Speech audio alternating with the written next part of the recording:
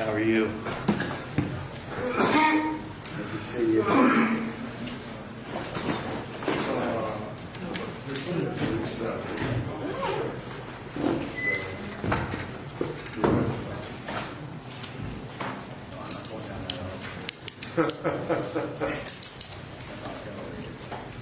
Well, it's stairs too.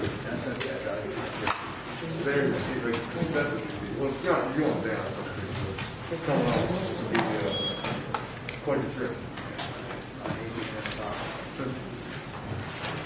That thing too. You're going to go on hydraulic.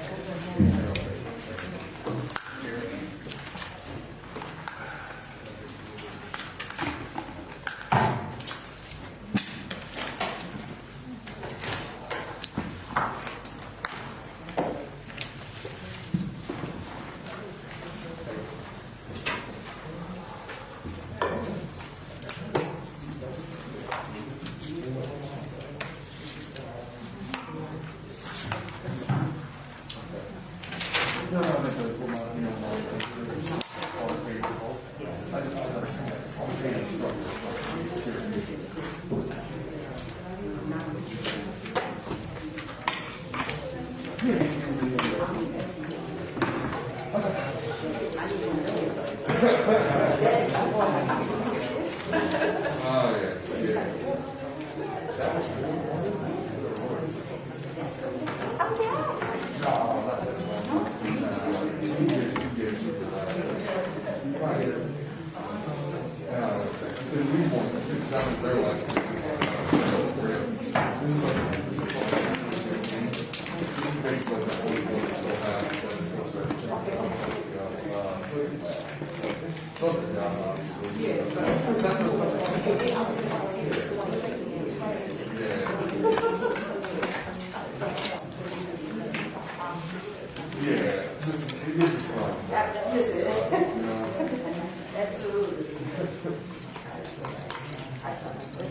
yeah, obviously you don't want to never like that.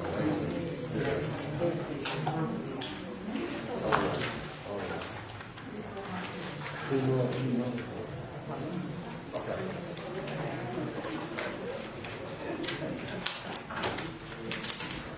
Be safe, all right? Thank you.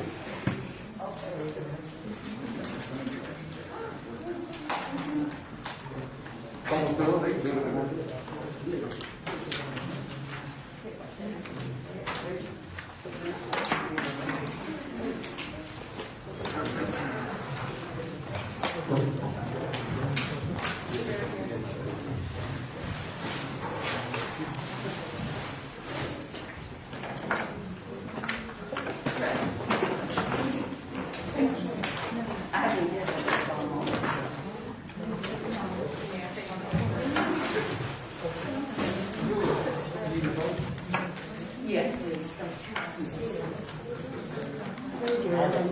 Good, how about yourself?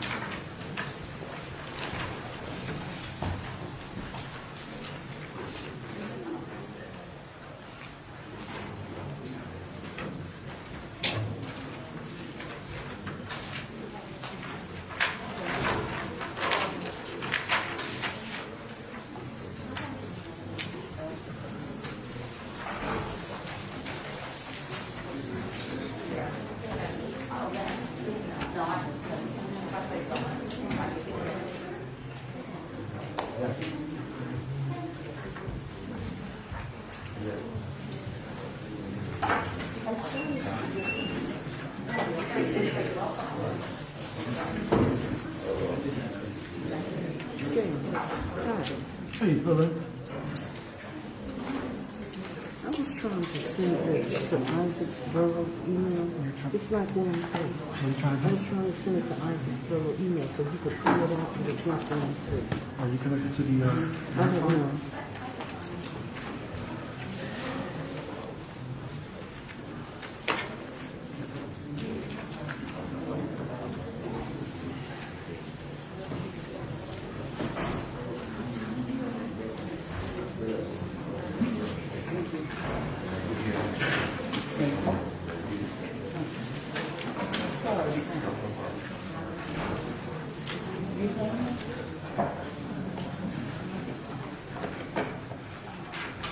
I can send it now? Thank you.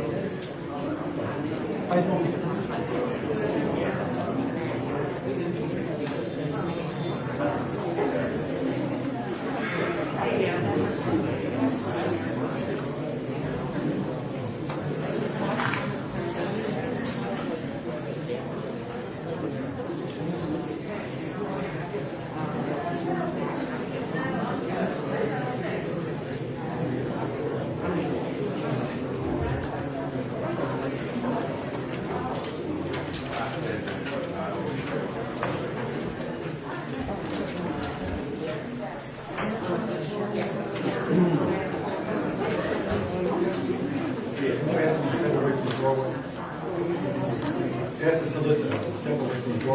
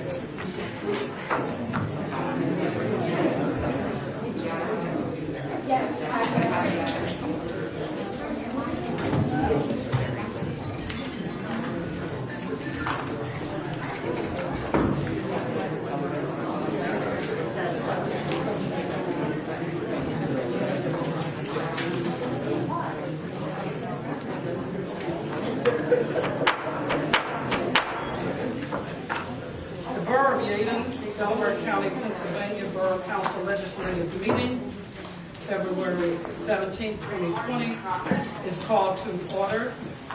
Would you stand for the Pledge of Allegiance to the flag?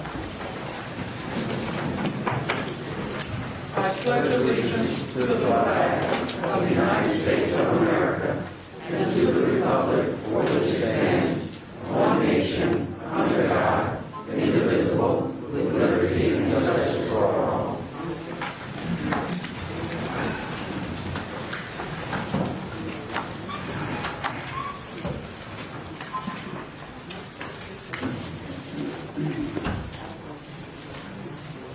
Roll call. Mayor Hepkin. Present. President Council Harris. Present.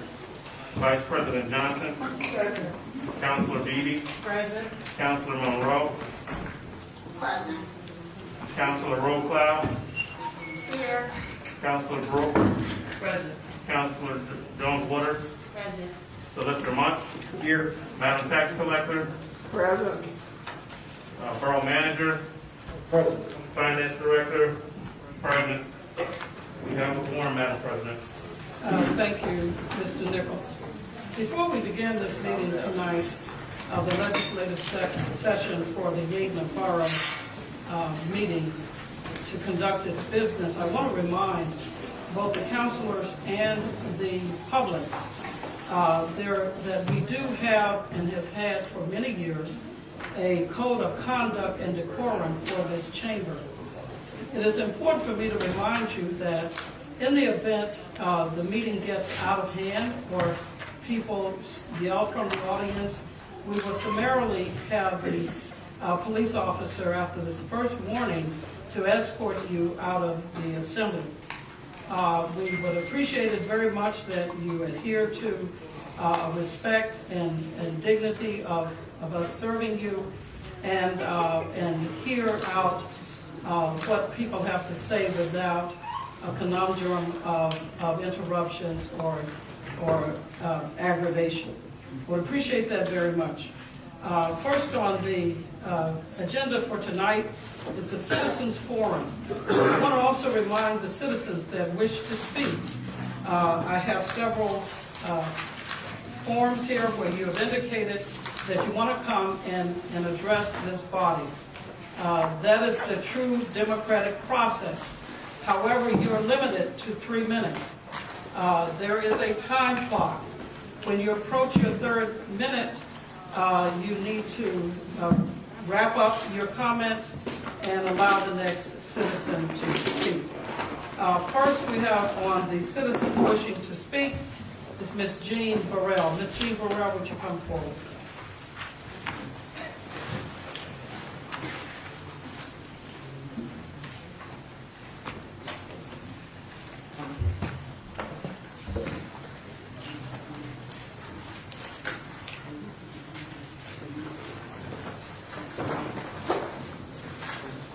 First, I do ask this as you have asked that nobody interrupt me until my 3 minutes is up, please. I and many others tonight here are dismayed, distressed, and even angered by your actions. Council President Harris, I was distressed to see the way you bullied at your monologue at the budget session earlier this week. The chief should have had at least equal time that you spent talking about non-agenda items. Hold yourselves to the same standard that you hold others. I hope the chief gets his due process this evening. You made a lot of accusations at council meetings and in the press. I've yet to hear a clear and concise understanding and perspective from the chief. In my role in HR, Human Resources, you can't, or at least shouldn't, take any disciplinary action until you get both sides of the issue. To do otherwise opens you up for all kinds of legal challenges. As the solicitor advised you in any capacity on the errors and missteps you may be making, including unlawful termination and personal legal accountability for your actions, are you prepared for that? Have you even thought about the emotional and destructive impact to the chief, his family, loved ones, and the community? You have not, or you would not be taking the actions that you're talking about taking tonight, which I believe are out of spite and personal agendas. If the chief is terminated, who will maintain the many programs that he has put in place? How will his replacement be vetted? By secrecy, which we're all becoming used to these days. Yeadon is not perfect, but when the crime and destruction of property increases, residents don't get the continuity of safety and care they are accustomed to by our police force, and our quality of life decreases, you will be held accountable, legally and otherwise. Yeadon deserves the best. We have it. Leave the chief alone. If you continue to take this unwise, unethical, unlawful, unprofessional, immoral, and totally preventable action, I again demand the resignations of any council person who votes to terminate the chief. Thank you.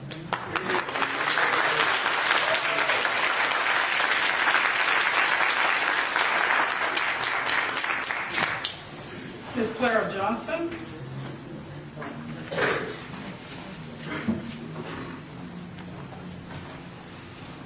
Just want to say good afternoon to all. Clara Johnson with Yeadon. There haven't been any movement in this borough to address the quality of life since this council took office. The borough manager has no experience in that field. The solicitor blatantly will not answer any council except for Sharon Harris. The engineer did not answer questions asked at the caucus meeting. Hopefully she can do so tonight. As far as Chief Chachi, any policeman, policewoman, SWAT team, military personality, know that it is best to be prepared in case of an emergency. Chachi did just that. Just that. And we're going to condemn him for that? Ludicrous. Thank you, Chief Chachi, for saving us and all of those people.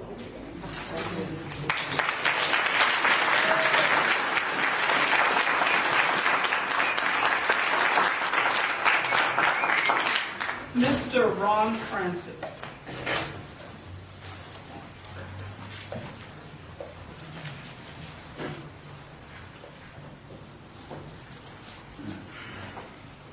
Good evening, Council, Mayor, everybody, residents, good evening. I'm here to support Chief Chachi. He was sworn in the same time I was sworn in. Ever since then, he hit the ground running. I've sent emails to the senator, the state rep, also to council.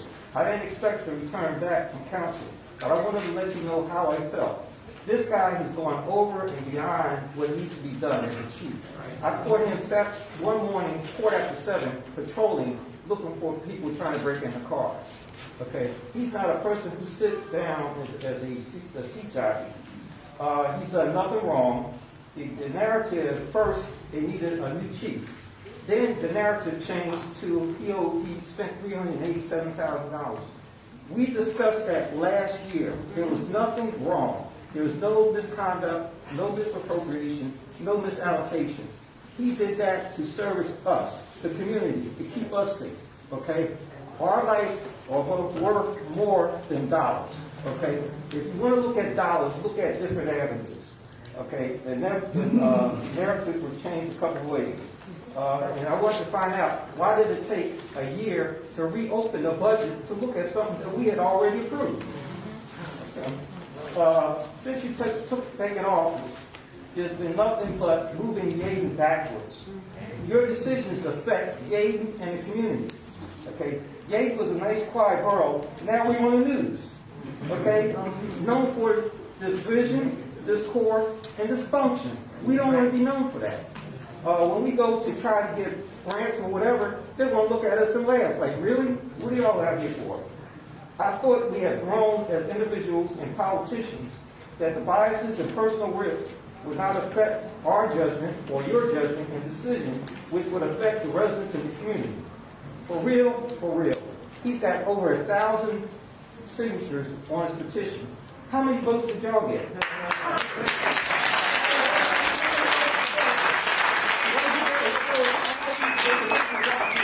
You need to listen to the community, okay? 1,000 more votes, okay? What I'm saying is, you were put in those positions to help this borough move forward and to listen to all of us. Try it, okay? I'm going to leave you with another thing. Proverbs 6, it says, lying tongues are hard to devise, wicked plans, sows discord among brothers and sisters. Proverbs. I added the sisters on there. Thank you.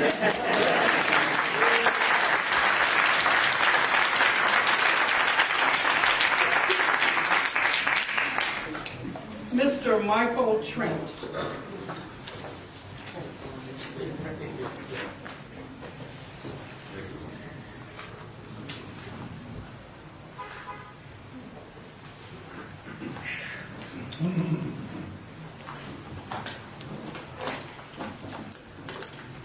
Good evening, council, all the residents. Michael Trent, Allen Drive.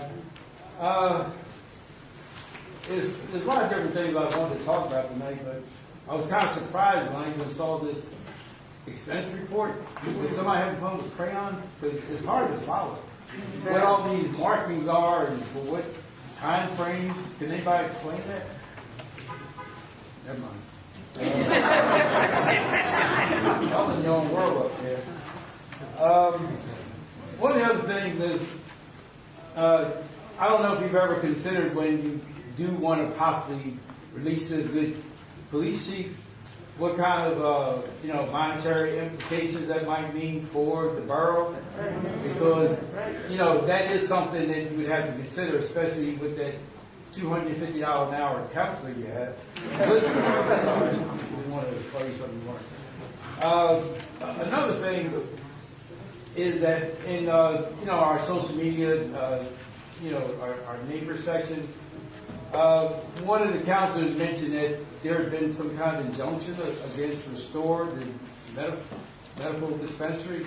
I called them this afternoon. They're in business. I don't know where that allegation came from, because that's another possible suit you guys might be liable for if you're trying to have an injunction against that medical dispensary. So it seems like at times you're looking more at possibly bankrupting Yeadon and trying to improve it.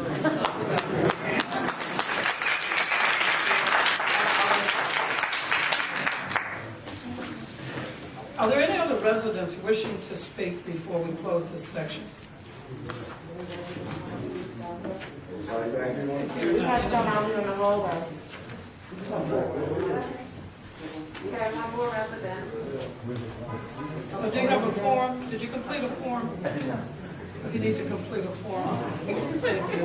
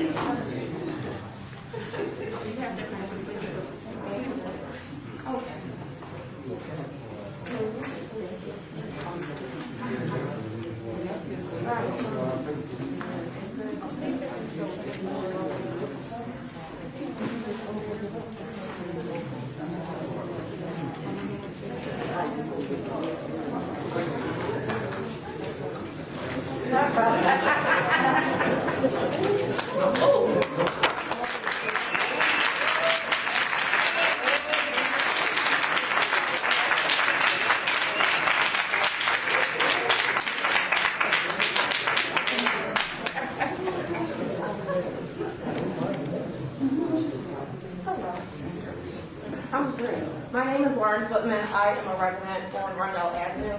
I'll keep this brief. Today I had an opportunity to be at Delaware County Municipal Building. And when I shared with people that I lived in Yeadon, they said, oh, you're that town. You're that town.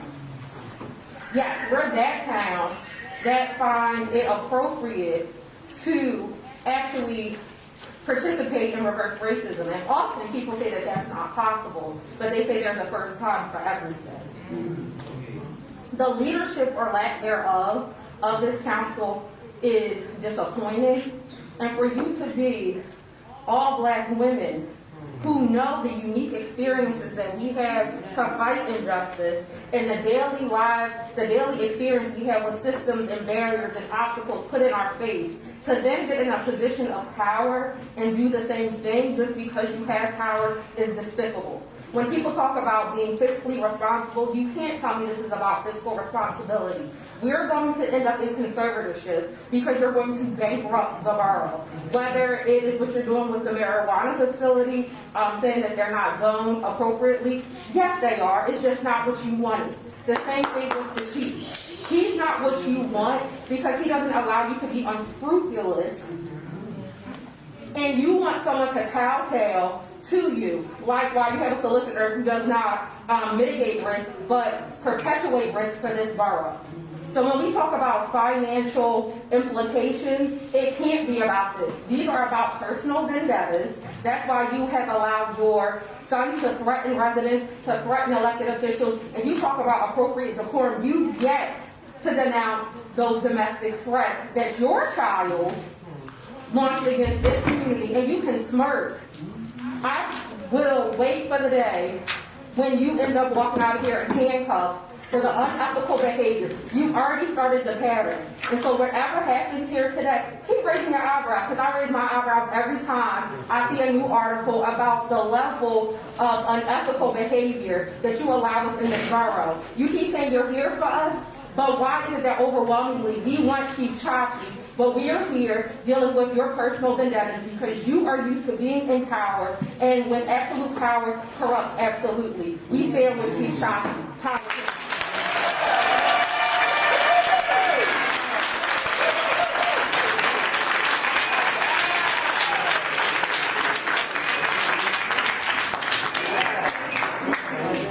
William King, because she had built.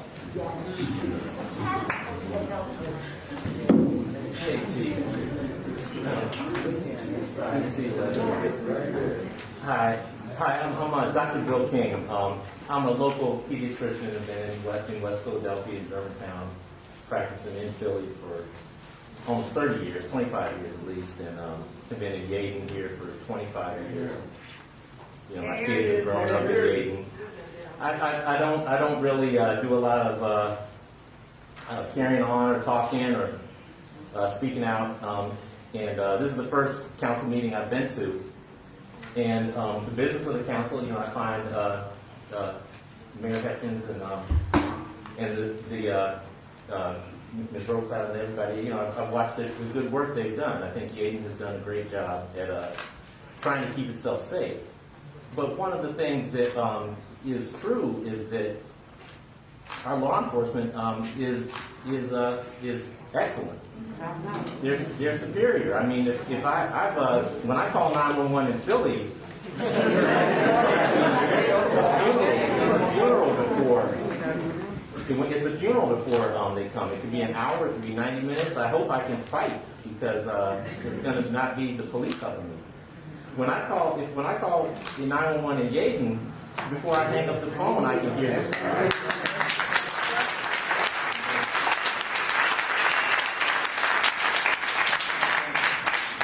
And most of the times, you know, now before, you know, all the law enforcement, you know, waves and says hello, and we wave back. We really appreciate that they keep us safe. But Chief Chachi has always been above and beyond. You know, I live on Parkview Boulevard. He wrestled a groundhog to the ground. when Miss Maxine was angry about the groundhog, and then he put up the deer fence for her. I don't think that's part of his job. I don't know where he even got a deer fence. When we had the deer apocalypse 2 years ago, all of my hostas were eaten. But the chief organized the deputies, and they got rid of those deer. And they brought me some of that venison. That was delicious. And I know the deer don't appreciate the chief, but we appreciate what he brings, which is his own personal care for the community. My reign, I went to fancy school at Stanford, and I was the president of the Black Student Union. But it's not really about race. It's not about we're a black community. It's about if we are a black community, what we like is we want the police that's our police.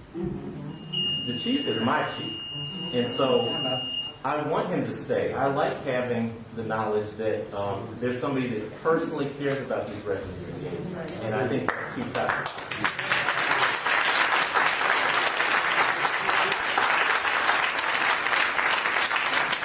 I'm not in the jam because he's in a jam.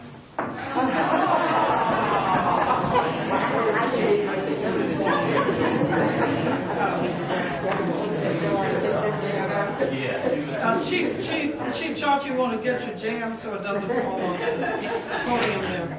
Thank you, Dr. King. Thank you, Dr. King. Next is Elizabeth Deaver.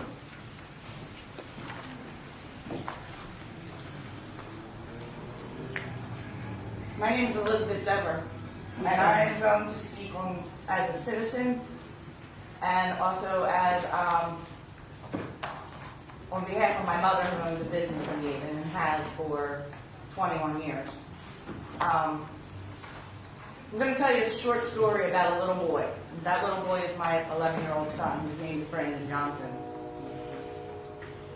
There were some detectives on my street, on Myra Avenue, back when COVID first started. And he decided he was going to make happy faces to spread throughout the community and give them to people. And on the back of the happy faces, it said, "Smiles are contagious too, so here's one just for you." And it was something to have people put in their windows so we could see their smiles.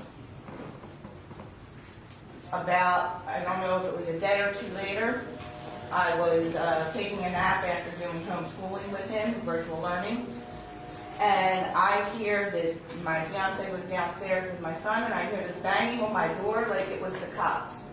And lo and behold, it was the cops. Because they wanted to meet the little boy that Chief Chachi had sent his officers around, who gave the detectives the happy faces when they were there. In that time frame, my son has gotten a diagnosis of Asperger's.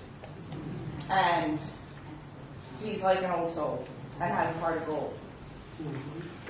Karen Dixon is his therapist who works with him.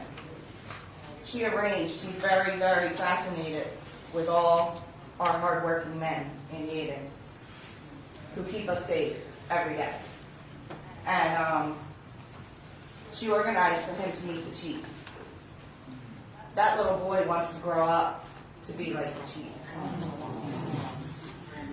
This man is not sitting behind a desk. This man is out on the streets keeping us safe.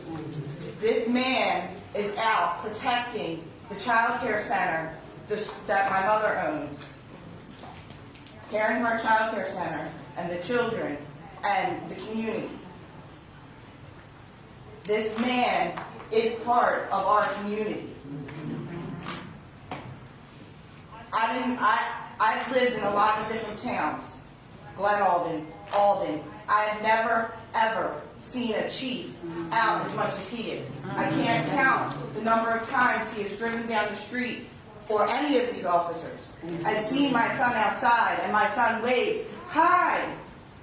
and he gets a wave, or they stop to give him a high five. the things that they're doing, not just for our citizens, but our youth, to keep our youth off the streets, that's what it's about. And if you have children at home that are young or grandchildren, I suggest you keep that in mind. Thank you.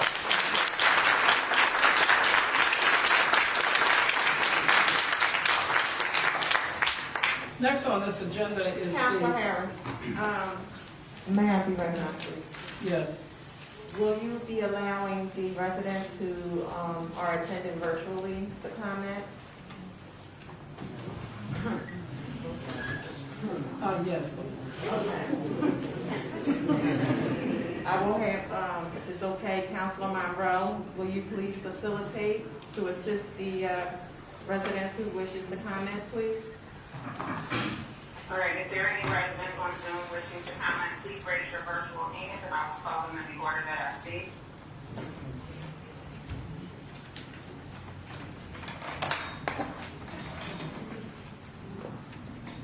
I see Constable Charlie W. Can you please come off mute? Hello, everybody. How you doing? I just wanted to say I support the chief.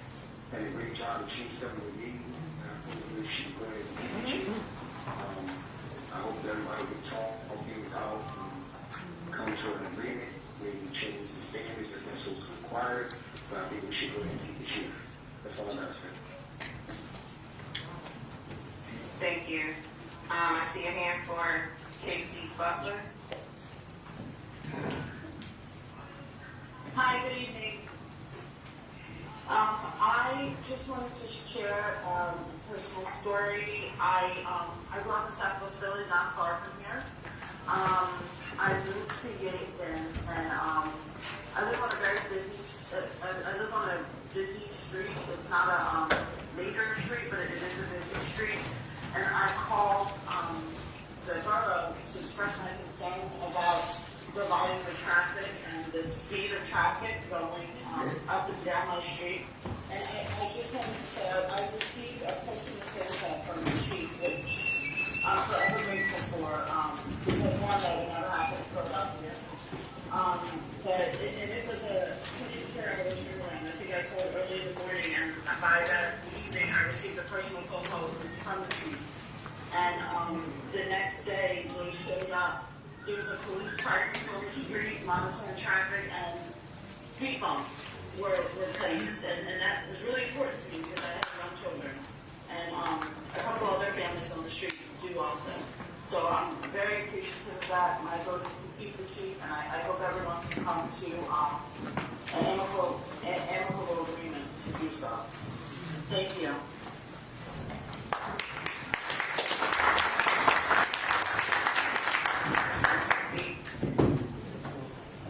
Who's on Zoom?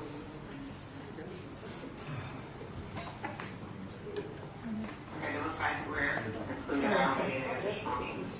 Okay, the next item on the agenda is the minutes of the prior 4 meetings, starting with January 3rd, the reorganization meeting minutes.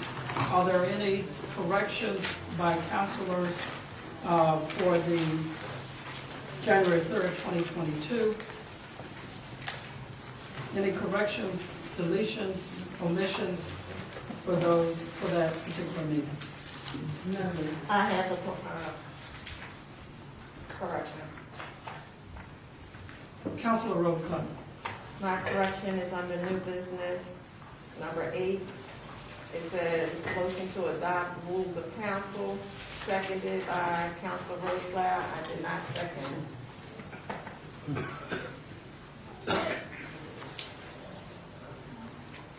If that correction is noted. Any other corrections, omissions, deletions? Hearing none, all in. Yes, Councilor Monroe. Thank you. My name is spelled M-O-N-R-O-E. It's spelled in a variety of different ways throughout these 4 documents. Like that corrected. Thank you, Councilor Monroe. Motion to, with those corrections, motion to approve the minutes of January 3rd, 2022. It's been moved and properly second. Are there any further questions? Yes, this is Councilor Rowan. I'd like to know if these minutes will be placed on our website, and has there been anything in place to make we receive the minutes in a timely fashion? Typically, would be approving 4 sets of minutes all at once. Yes, Councilor Monroe, they will be placed, they cannot be placed on the website until they are voted and approved with the necessary corrections. So as they are corrected, we will certainly have them available on the website. All in favor, which indicate a roll call vote for the approval of the minutes of January 3rd reorganization minutes, meeting minutes. Mr. Dawson, Roll call. please. Honorable Mayor Hepkins. Mayor Hopkins doesn't. Okay, I'm sorry. Council President Harris. Yes. Vice President Johnson. Yes. Councilperson Reed. Yes. Councilperson Monroe. What are you going to eat? Councilor Monroe. Councilperson Monroe. Councilperson Monroe. I find the minutes to be very one-sided, and they leave out a lot of information. Thank you. Councilperson Rowe. No. Councilperson Brooks. Yes. Council.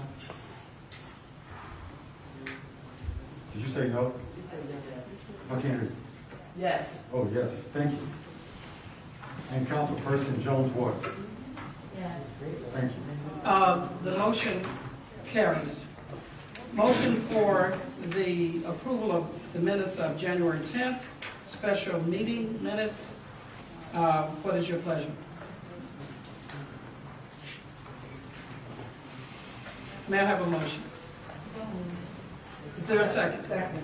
It's been moved and properly second for the minutes of January 10th, special meeting. Are there any corrections, deletions, or omissions? Hearing none, roll call vote, Mr. Dodson. Council President Harris. Yes. Vice President Johnson. Yes. Councilperson Reed. Yes. Councilperson Monroe. Councilperson Are these the Monroe. minutes that indicate that I have a debt to pay to the borough?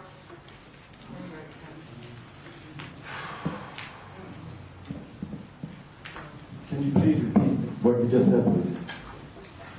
Are these the minutes that indicate I have a debt to pay to the borough? Those are the minutes, ma'am. So my question before we continue with the vote would be, how do you intend to collect this debt that you say I owe the borough for sending a letter to the community? Councilor Harris. President Harris, Councilor Rose. Here we go.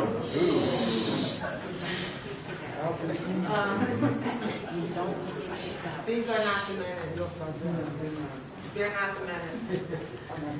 The minutes we're discussing at this point in time is the January 10th, 2022 Borough Council special meeting minutes. The minutes you're referring to, Councilor Monroe, is dated January 20th. So right now, we're on January 10th. All right. So my vote would still be no, if the minutes are one-sided and don't reflect what actually did. Thank you for your comment. Councilperson Brooks. Can I skip something? Yes.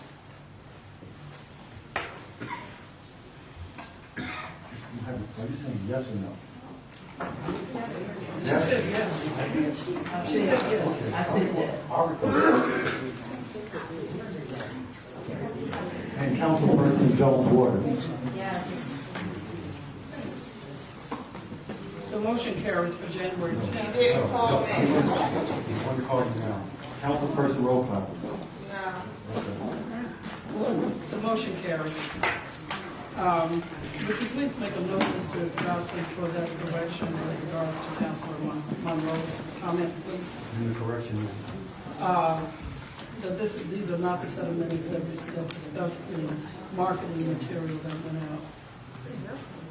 So you want to just make a note of that? thank you. Thank you. Thank you, Councilor Rose. The January 20th meeting caucus workshop minutes.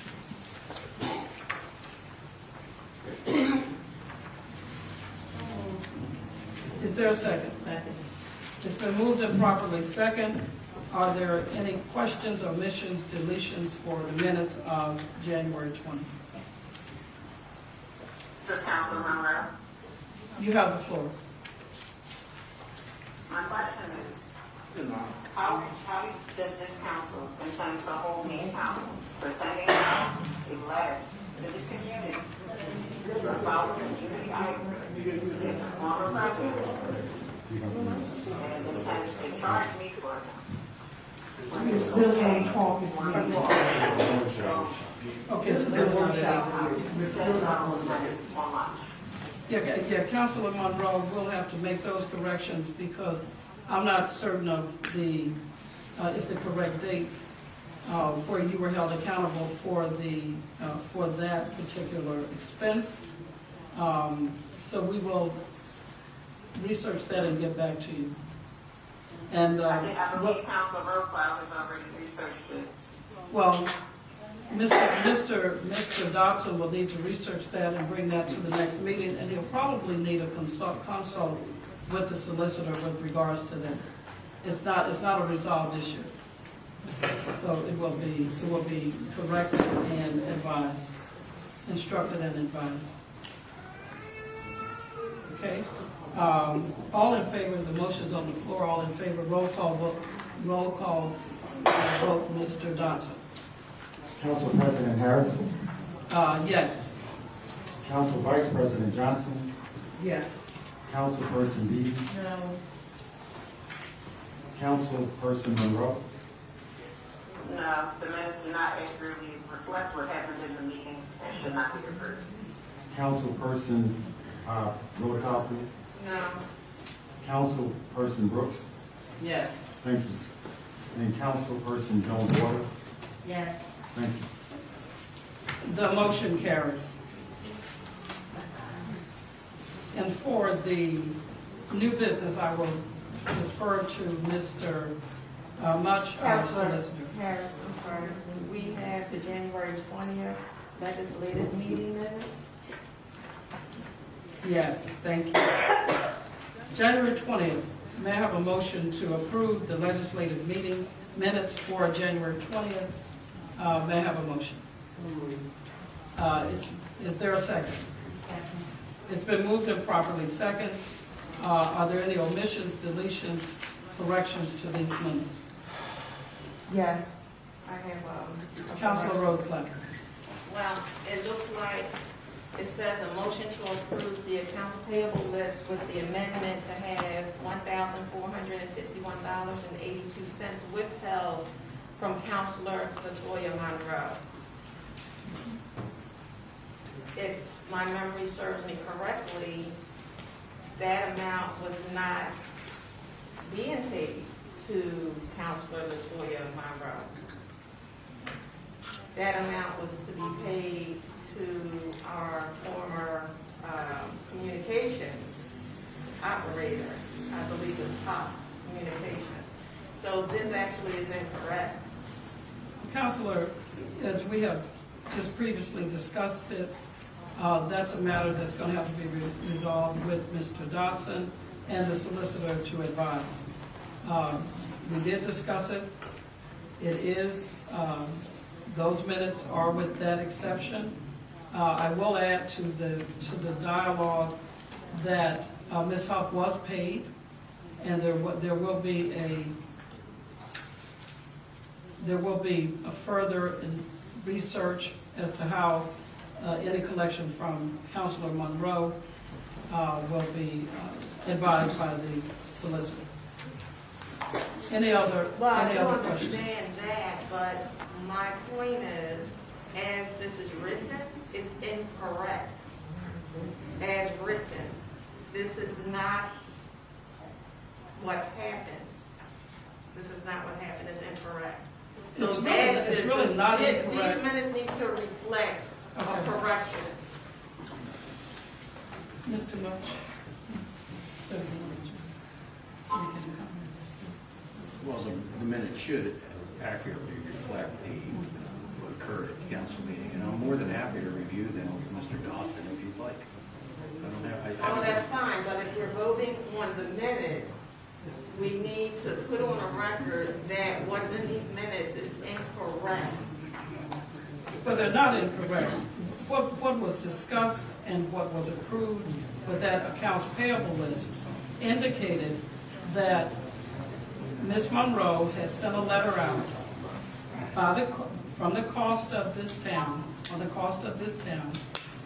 that had no political, that had more of a political marketing than on the business of, than on the business of the town. And that was the cost of that publication, of those letters going out in the mailing. That was discussed at that 20th meeting. So Mr. Much and Mr. Dodson will research and resolve the issue and notify Councilman Monroe as to the outcome of that. The motion that was made on January 20th was to withhold that amount from Hop Communication. No, it was not. It was. It was not. It was not. We can review the tape, but Well, we certainly can. Thank you. Thank you. We certainly can. We certainly can. Thank you, Councilor. Okay. A roll call vote, Mr. Dodson, for the minutes. With the, okay. Mr. Dodson, call the roll, please. Council President Harris. The motion is on the floor. No, Vice President No. Johnson. No. Yes. Councilperson Deedy. No. Councilperson Monroe. Mr. Much, there's another motion on the floor to table. Can we advise President Council Harris what it means when a motion is put on to table in a second? We didn't, there was no second to table. Okay, we will revert back to the table. The motion has been placed on the floor to table. It's been seconded. All in favor? Is there any further discussion? Hearing none, I will call for a vote with regards to the tabling of this matter. All in roll call for the table. Council President Harris. No. Council Vice President Johnson. No. Councilperson Deedy. Yes. Councilperson Monroe. Yes, the minutes need to accurately reflect what happened to the meeting. We should table it so they're correct. Councilperson Roquel. Yes. Councilperson Brooks. Yes. The motion, Councilor Jones. Excuse me. Councilperson Brooks, are you saying?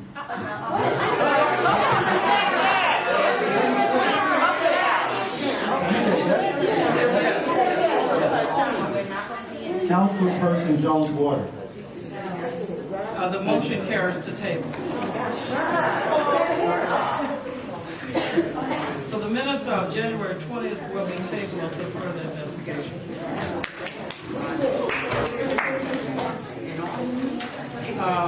Now, under new business, I will refer to the solicitor that will bring the matter of consideration with regards to Mr. Papyrus.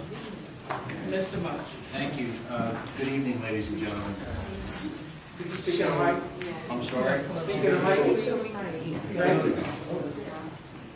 Can you hear me now? Yes, sir. Okay. So back on January 10th, this council had decided that they would provide Chief Papara with due process. And the essential requirements of due process are notice and an opportunity to respond. And they directed me to issue a letter to the chief's representative, Mr. Goodman, who is here this evening. And on February the 12th, I did that and provided notice that this council intends to discuss and consider the performance deficiency identified below during this legislative meeting this evening. During the meeting, Borough Council members will vote on whether the deficiency warrants the removal of Chief Paparo from the position of Chief of the Yeadon Borough Police Department. I indicated to counsel for Chief Paparo that the deficiency demonstrated by Chief Paparo arose out of his violation of the police collective bargaining agreement during 2019 and again during 2020. Chief Paparo's duties as the Chief of Police of Yeadon included the scheduling of full-time and part-time police officers.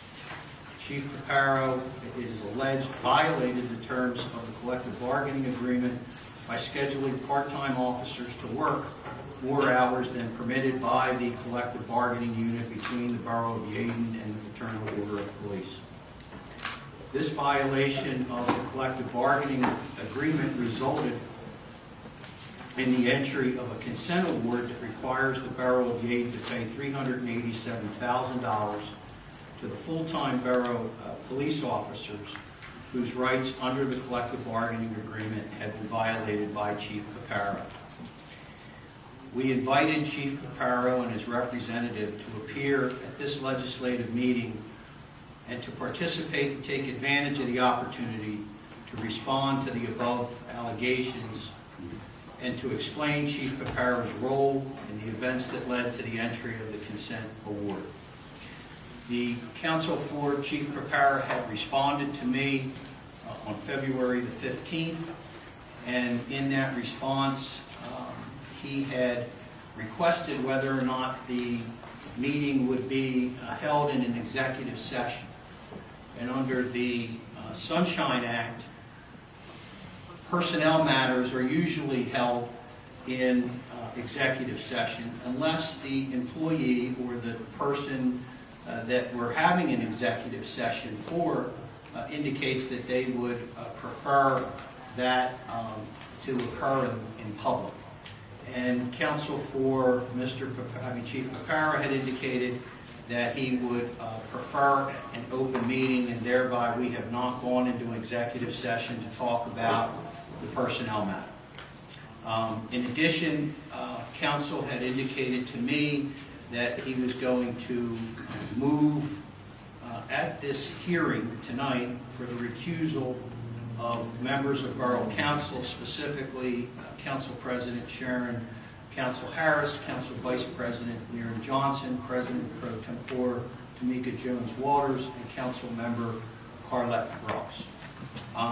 In addition, Council had requested a copy of the consent award that was referenced in my February 12th letter, and though I did respond to him on Wednesday evening, I was responding by my phone and I did not have an electronic copy of that consent award.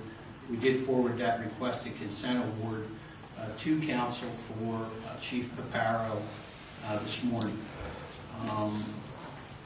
So at this time, hearing the allegations of deficiency by counsel for the Borough of Yeadon, I invite Chief Paparo's representative, Harold Goodman, to address council.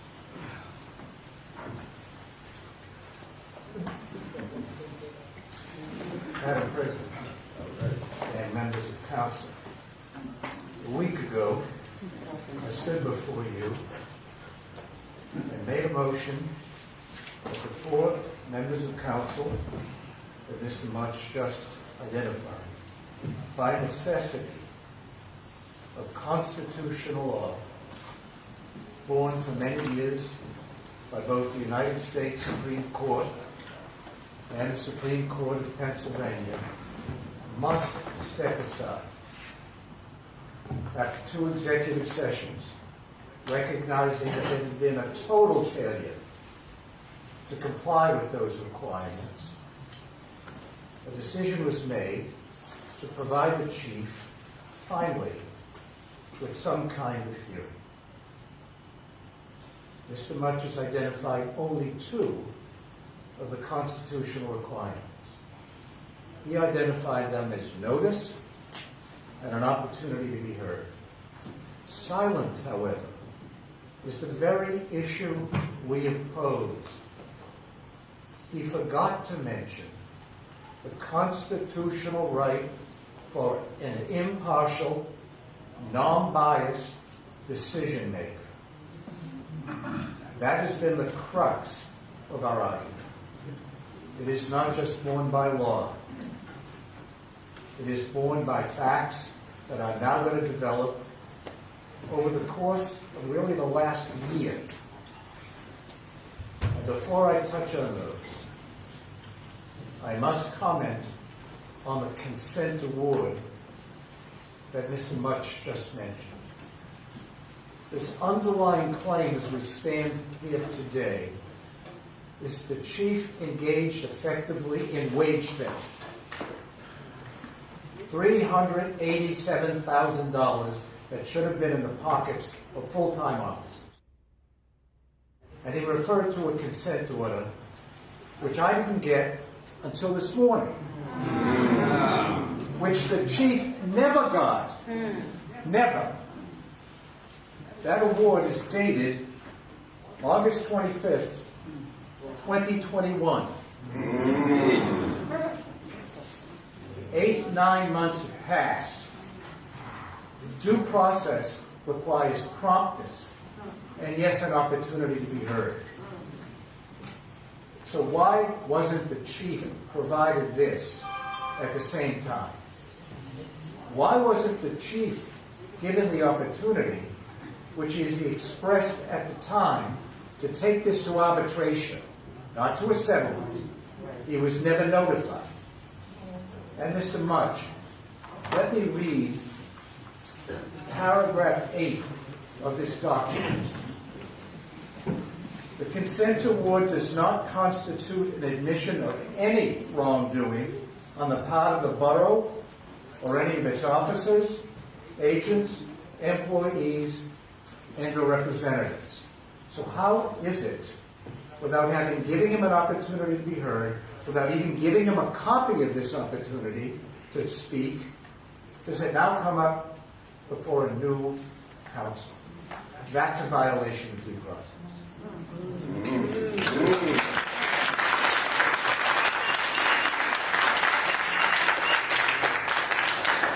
But in due course, I'm going to have the chief address to all of you today why this is all a pretext, a cover-up of what is the real reason. 4 members of this council in a variety of ways, publicly, at restaurants and at bars, have said this is a black town.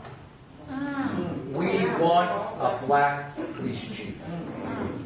And that has been expressed so frequently that it has dominated the discussion.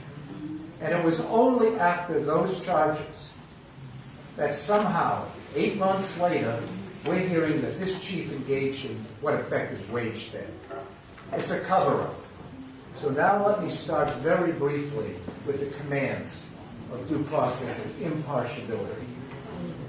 This is what the Supreme Court of Pennsylvania said in 1992. Due process is fully applicable to adjudicative hearings like this, and where the very entity or individuals involved in the decision to prosecute are significantly involved in the adjudicatory phase of the proceedings, a violation of due process has occurred.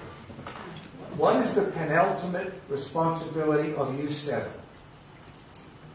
Who are being asked today to cast a vote on the integrity of a man who we've heard repeatedly is beloved in this community. This is what the requirement is. Any tribunal permitted by law to try cases must not only be unbiased, but must avoid even the appearance of bias. A man or woman cannot sit and judge when he or she is a member of a board which has brought the accusations.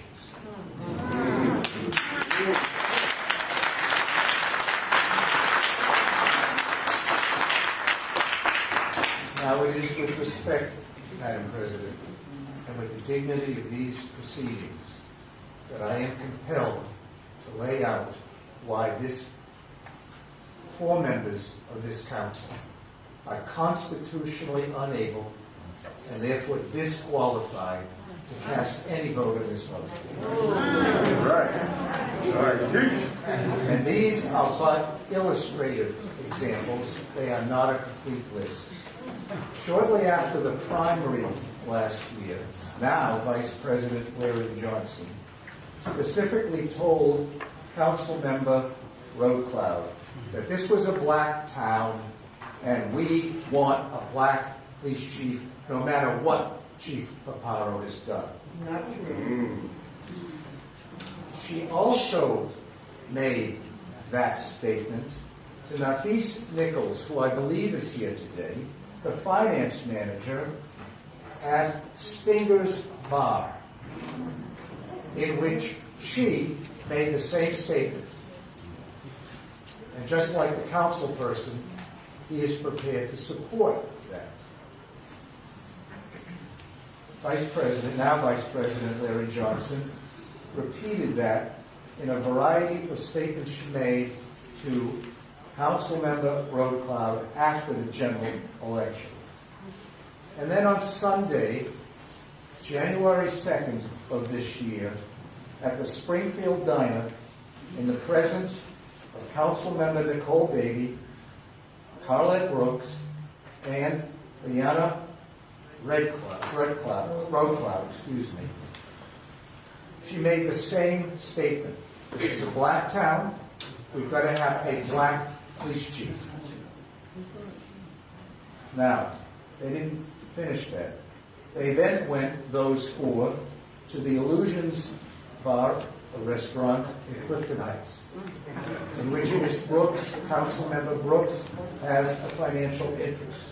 There they were joined by Madam President Council Harris and President Pro Tem Jones Walters, at which they discussed the termination of Chief Paparo and replacing him with a black chief. Now again, I am laying this out as evidence, and I am doing it against the constitutional background that the Supreme Court of Pennsylvania and the United States have set. It's not even necessarily proof of bias that we have to maintain, but merely the appearance of bias, which is clever. At that same meeting I just discussed, we are prepared to prove that Councilmember Jones Waters said that she would call a black police officer in Philadelphia, Officer Jonathan Josie, to see if he would be interested in applying to be the next chief because he's black. The next day, when all of you were sworn in, January 3rd, now Vice President Larry Johnson called Black Detective Ferdy Ingram and offered him the job as police chief and told him that he could write the length of the contract and its terms. We have statements. I would appreciate the opportunity to finish my remarks. We have statements to support that, and we are prepared to produce them. But can anything be more biased and partial than making a statement like that, indicating that this chief has got to go and the detective should take the job? He declined because he said, this is the chief, and I'm not getting in the middle of this political mess.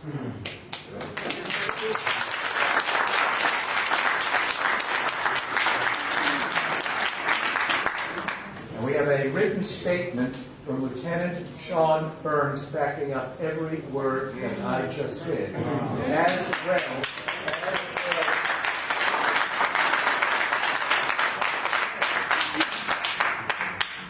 to step back and wonder, as I identify people who put their own lives in somewhat risk because of fears, anxiety about retaliation.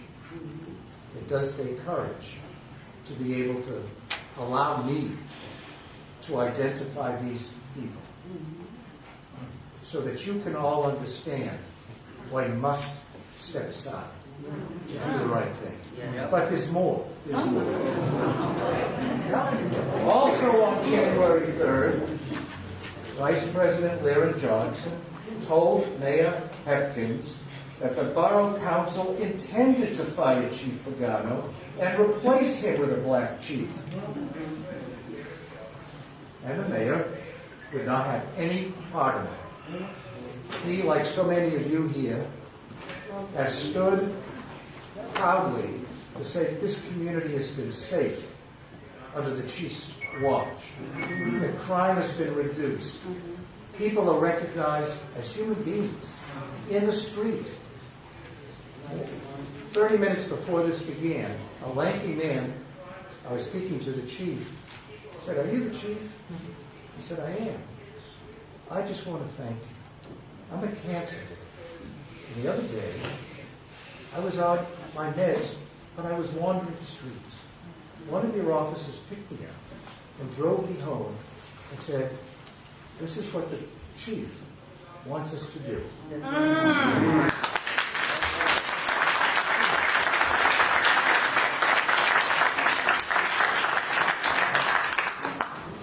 Not only that, but in several other messages, Ms. Lyra Johnson conveyed the same message at the Springfield Diner to the mayor. We want the chief out. We want a black man to replace him. I go now to February 5th of this year, Swarthmore, Pennsylvania. At a conference held by the Pennsylvania Association of Boroughs, Council President Sharon Council Harris, along with Lyra Johnson, Jones Waters, Nicole Bailey, Carlette Brooks, they were there for a legitimate training purpose, but they're sitting around and talking. And again, they indicate, we're going to fire Chief Papano, and we're going to offer him 3 months' salary if he resigns. 2 days later, that came to pass. 4 people attended a meeting. They are the chief, Madam President, and the mayor. I said 4, 3. And at that meeting, Madam President presented that same offer to the chief. Resign and you get 3 months. You don't resign and you get booted. You get fired. This man has no intention of leaving his job.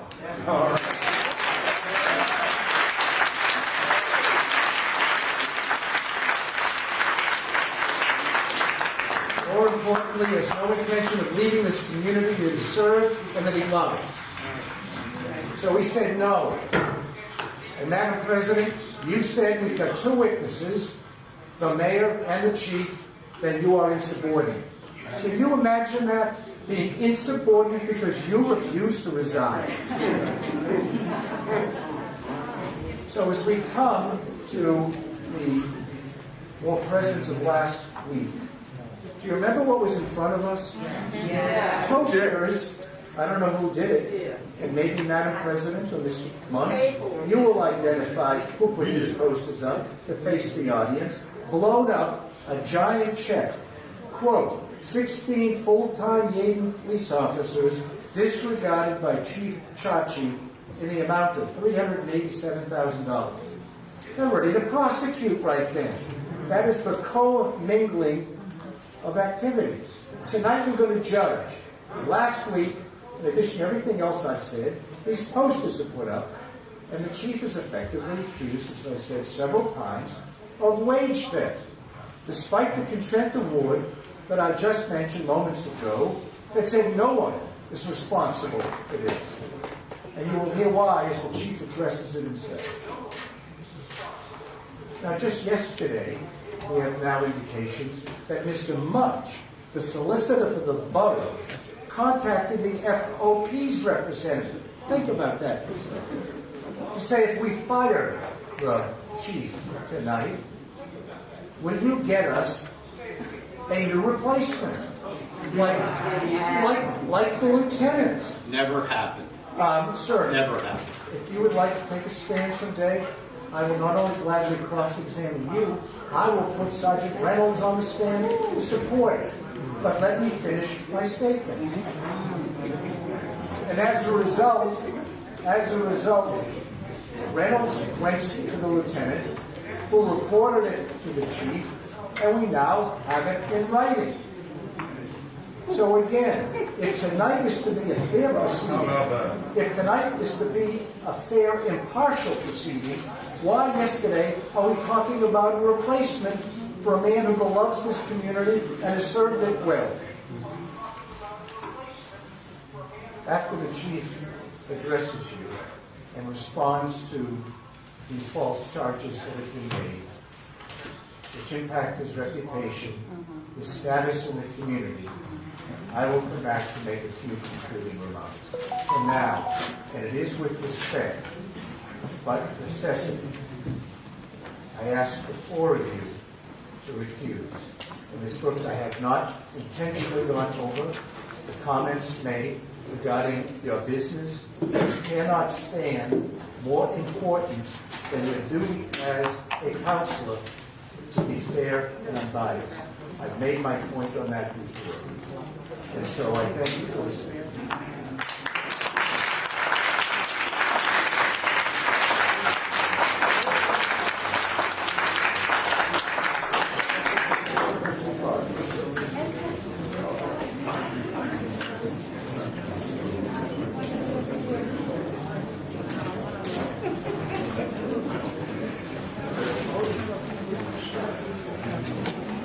Good evening, everyone. Thank you for this opportunity to be able to go over this. There's a lot that I have some notes basically just to refresh my memory. I'm going back starting when I got here. So part of my contract, and I'm going to go through this year by year so everybody can understand the dynamics that were going on here when I arrived.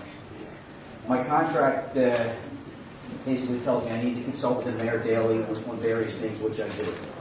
Him and I talk weekly, if not daily, about the goings on in the police department and so forth. Some of the things that I was asked to do when I got here was to evaluate the police department manpower situation, evaluate the police department with the part-timer situation, evaluate the policies and procedures, increase police presence in the community. And on a note, I've actually gotten phone calls from community members saying they're seeing too many cops. That's a great thing. All right, so that means that I'm succeeding in that people are seeing cops. And the guys that are working for me, they know that. They know I want them out there. They want to be visible. And again, some of the stories that you're hearing, the gentleman tonight that stopped me, I love you guys. You guys are carrying out the philosophy that I'm giving to you, that everybody's a human being and treat them like a family. That's what you're doing. So I applaud you guys. You're carrying it out.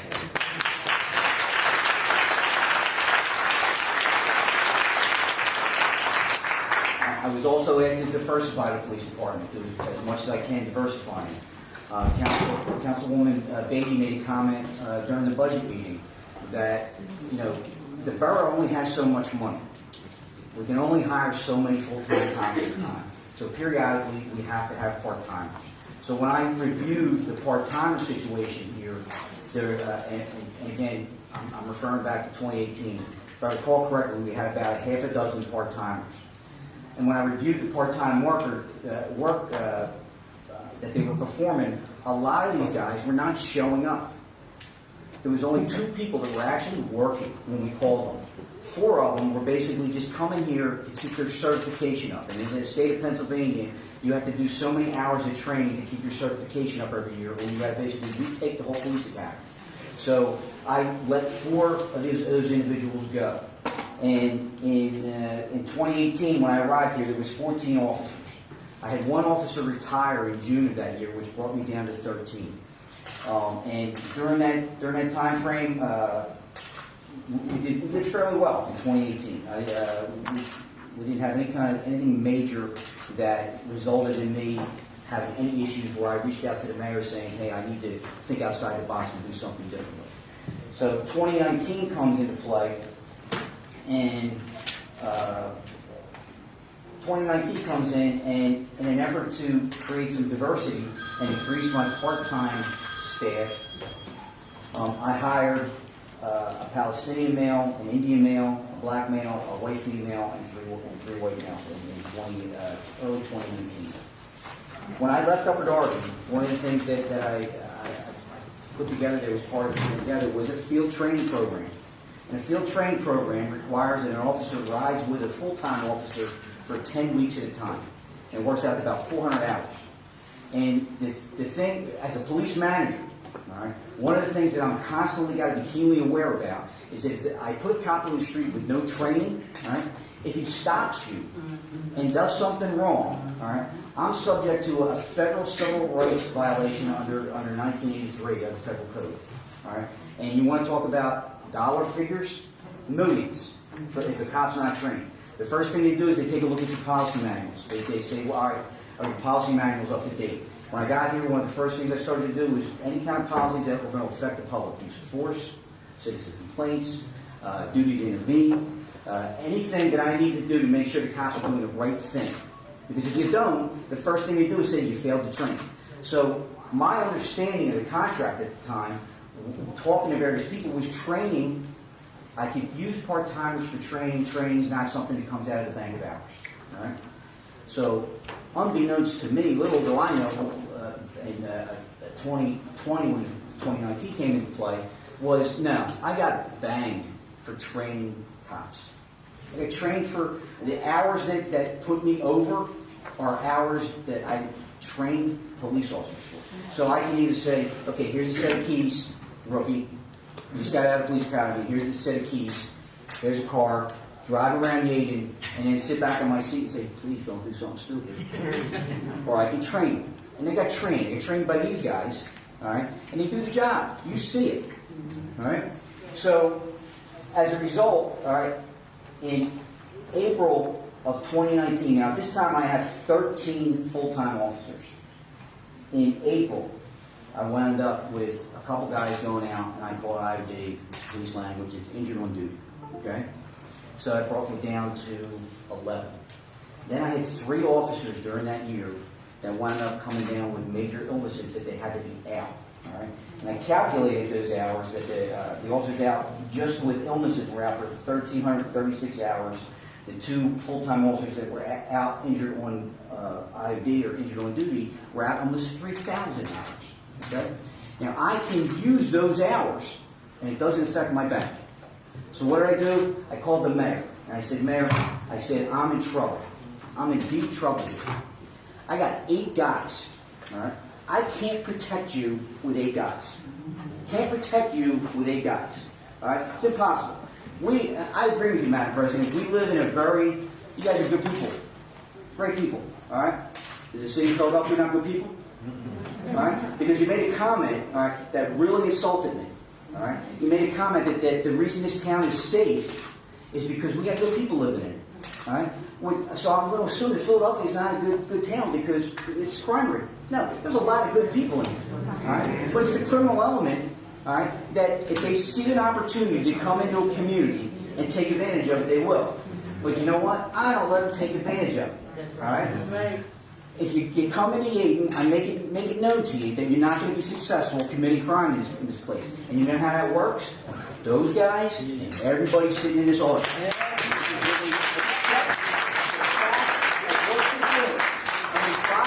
Mission. All right? They buy into the mission that we can't do it alone. They can't do it alone. We need you guys to call us. All right? And they embrace that. And you know what happens? It gets out to the bad guy. Don't come in the agent. They pick up the phone. They call the cops. All right? Because they know. They listen. All right?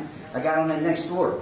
All right? And it was like I'm still PO'd at next door for kicking me off the public side. Because I used to sing, I had all my guys on that side. And I told them, I said, I want you to go on there while you're working. All right? If somebody complaining about, hey, somebody blocking my driveway, go to it. Let them know you saw it. because they matter. Even as something as stupid as a dog pooping on somebody's yard.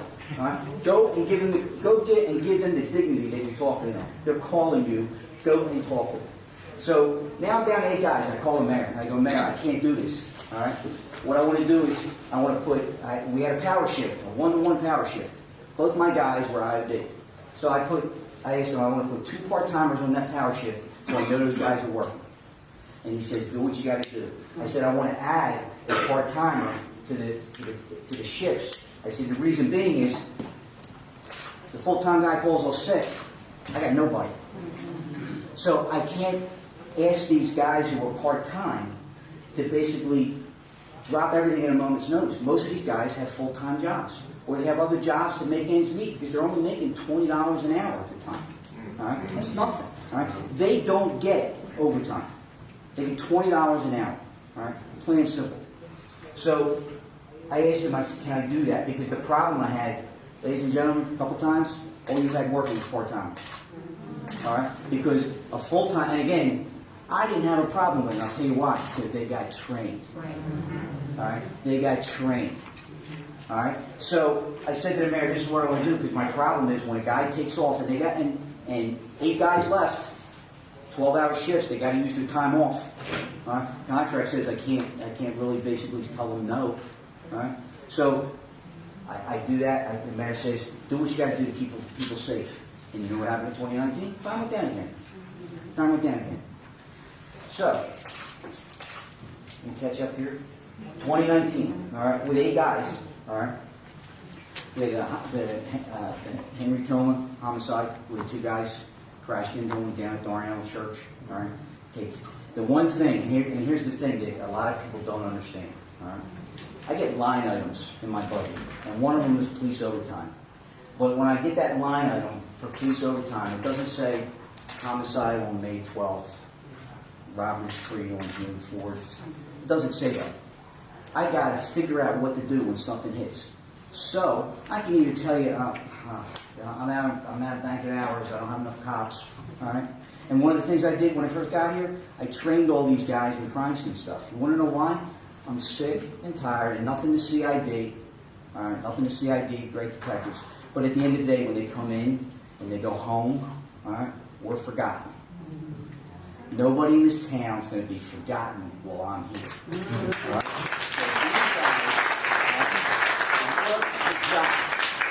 And it takes manpower to get it done. So if I got to get it done, and I'm sitting there, and I'll get into the bank of hours what I came up with at some point, but it's got to get done. So we had the Henry Toma homicide. It took a lot of investigation. We locked up 2 guys. All right. We had another homicide where guys were delivering, trying to make sales of hair. You guys saw what I told you about not doing that stuff at night. And that's why the Yeadon Safe Swap Zone started out front. So you can come out front and not be perpetrated by a robber. This guy goes to and tries to sell hair, and he gets robbed. All right? Problem for the bad guy is he had his own gun too. All right? And shot and killed the bad guy. All right? But guess what? Then we wound up locking up, I think it was 3 or 4 people as a result of the robbery that they had set up on this guy. All right? It takes manpower, it takes work. But you know who else did it? Yeadon cops did it. Nobody else. All right? So then, during that same year, all right, we had a robbery spree. Part of the contract, and I'm going to read you the part-time contract language so you can see just how convoluted and how people sit there and they scratch their heads sometimes. All right? Part of this consent award, the FOP and the solicitor were supposed to put language together that everybody could understand. It's not in the consent award. And like I said, my attorney got it this morning, about 9, I think it was, and I got it shortly thereafter. And I was hoping to see the language that would help me, that would help guide me. No language. All right? None. All right? So, also, in 2019, all right, one of the things that I do when I'm working with my guys and dealing with my detectives is I look at the cold case murders. And I'll take the cold case murder off the shelf and I'll start going through it. And in 2019, I went through one of the cold case murders. And I was like, I'm pretty sure you guys got both suspects. That you interviewed both suspects in this job. the reason why that became so endearing to me is because the grandfather, as I am gone, had reached out to me about it. And I told him, mark my words, we will lock somebody up in that case. And you know what happened? We solved that job.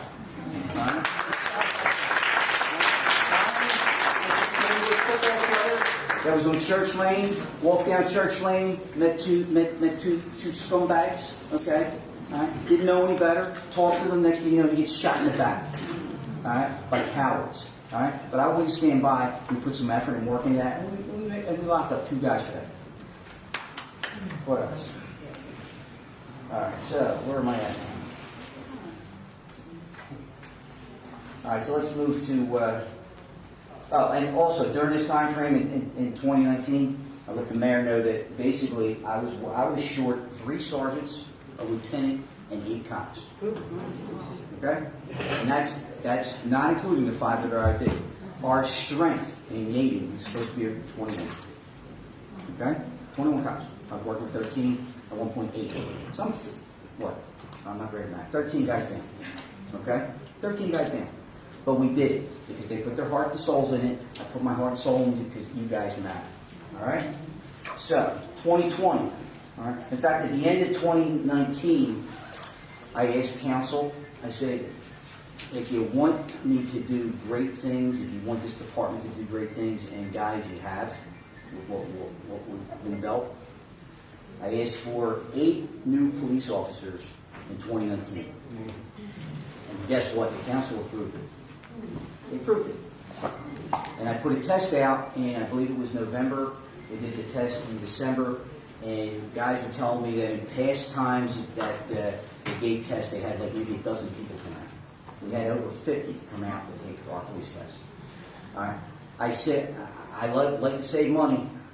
All right. So, and the other thing too is I want to give everybody an opportunity to be the top. All right.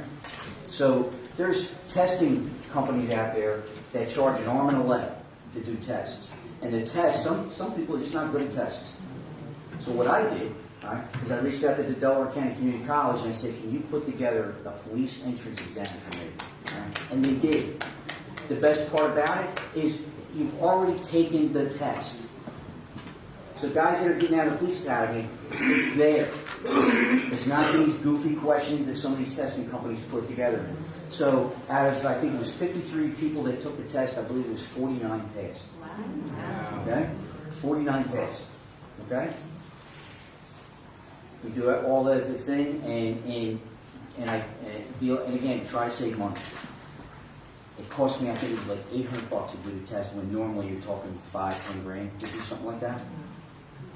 I talked to the borough finance, and I talked to council, and I said, here's what I want to do. I want to hire guys in March, and I want to hire guys in June. And the reason being is you spread the timing of the personnel out, so it reduces your expenditure for the year. So, with that being said, COVID starts to rear its ugly head. All right? And on March the 5th, I got my wish. I got 5 of the 8 police officers I wanted, including the first female police officer. All right? I was very proud of that. She was a part-time officer, and the best part about it, only 1 officer out of the 5 was not currently a part-time Yeadon officer. So you know what that did? It saved me all the money in training, saved me all the money in uniforms, all right? And I is now up to 17 police officers.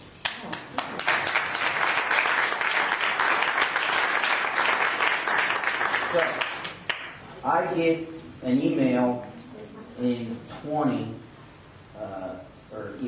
about going over for 19.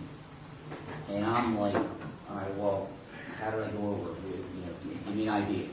And the FOP don't have to tell me. How can I live like that? How can I operate when they won't give me numbers? And then when I give them my numbers, all right, it's funny, my numbers are accurate because my numbers come from an accounting system in the police department. All right, and I'm going to give you an example of what irritated the living daylights out of me with this bank of hours. Okay, officers get they get a bank of hours, which is your vacation, your holiday pay, your personal time, and Kelly time. And Kelly time is extra hours you get because our work week is not a 40 and 40. Our work week could be 36 hours this week, 72 hours that week. It varies. So you actually get more hours in your paycheck, but you don't get paid for it. You get a day off, or what they call Kelly time.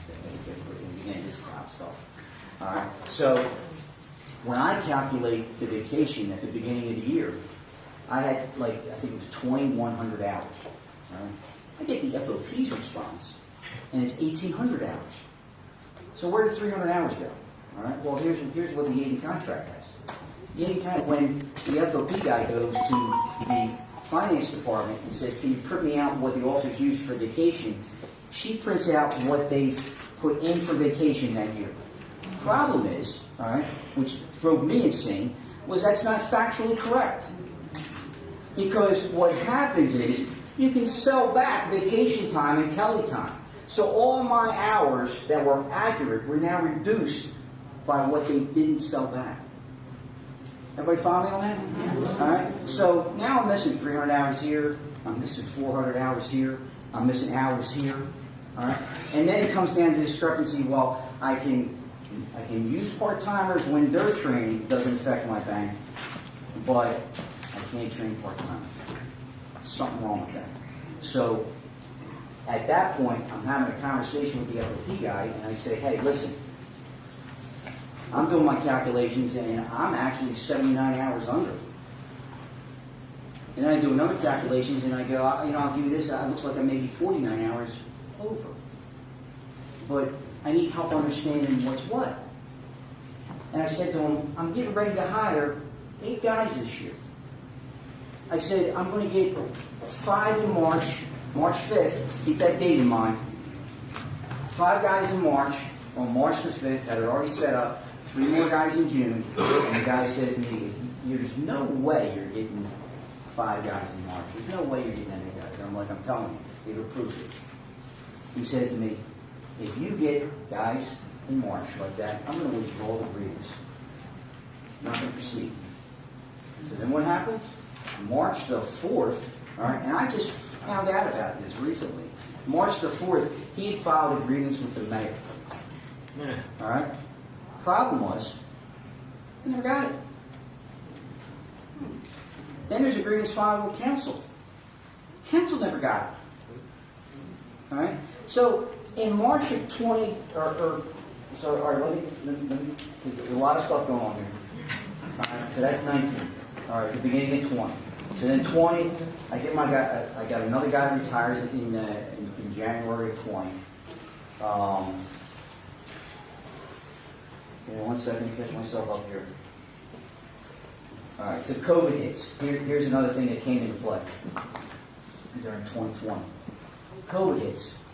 COVID, the mandatory quarantine is 14 days.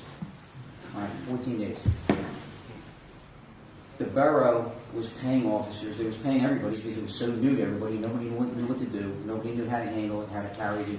Whether you're sick, use your own sick time. So I think the national standard was if you got COVID, you're doing your 14-day thing, you got paid like you were here. Right? I kept accurate records. Right? And I probably missed some because I was out for 14 days. Right?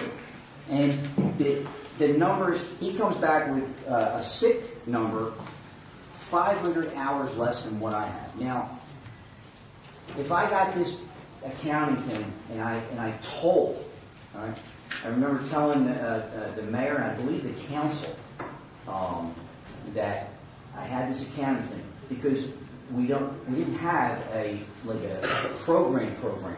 So I had a secretary keeping track of everything. I created a new form system in 2018, I think it was, where you had to fill out not only, in fact, you had to fill out when you were sick. So when you got into work the next day, you had to fill out a sick slip so I could keep track of it. All right? Put the county system together. If you're going by what the payroll clerk is giving you, and it's still counting you as working, you're missing 500 or more hours. So you see how these numbers are starting to add up? Yep. Okay? So catch up. So 2020, we're dealing with COVID. 2020, George Floyd comes into play. All right? And this is the thinking that goes on in this goofy head of mine. When the Floyd thing hit, all right, I'll never forget, I was sitting in church in Wicked because the mayor called me. Not just out of the blue, this is what he does.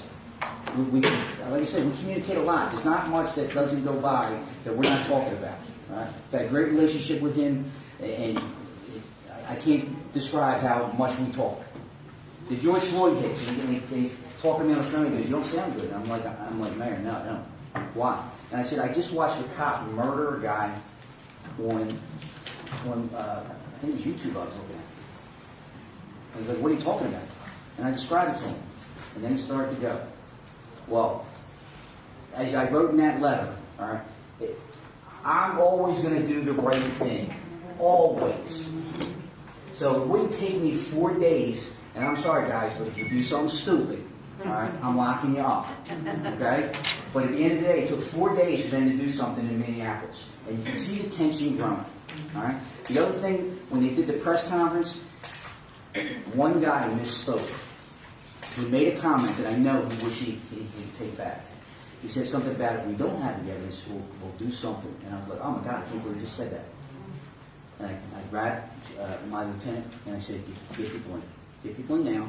And I want cops to go to every business in Yeadon, tell them, do me a favor, close up your shop, get out of here, go home by 3 o'clock. So you know what else? Then you know what happened after that? All hell broke loose. All right?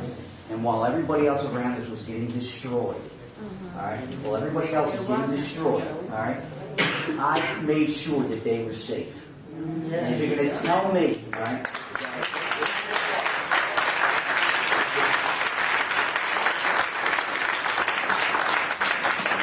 if you're going to tell me that I was wrong, because here's another thing about the part-time contract, all right, I can only use one part-timer for every one cop. Well, guess what? That day when all hell was breaking loose, it was an all hands on deck. And when I called him and said, hey, this is not going to be good. I need to bring everybody in. His first response was, do what you do best and take care of the citizens like you always do. I got your back. And he does. And I did it, and I brought guys in, and I'm telling you right now, I'm not wrong for doing that to make sure that you can see what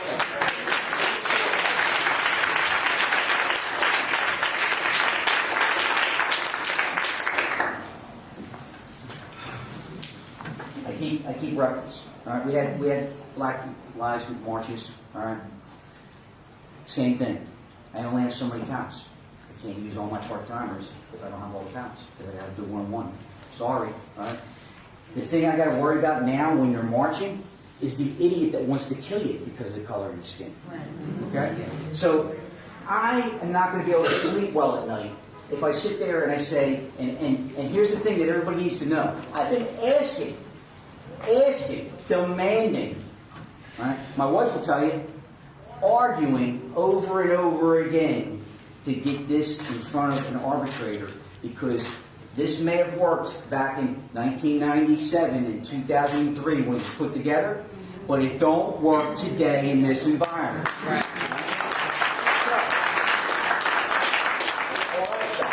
All right? Tell you, Upper Darby's getting destroyed, I sent 4 cops there. Ridley, they have problems, I send cops there. People are having problems with marches and stuff, I send cops there. Because you know what? If I don't send cops, they go send them to me. Exactly right. All right? I'm going to get the notoriety that I don't care about anybody else but Yeadon. And you know what? I care about everybody here, but at the same time, all right, I want us to be seen. Because you know what? We are the talk of Delaware County. Prior to all this, we were the talk of Delaware County that these cops are the best cops in Delaware County.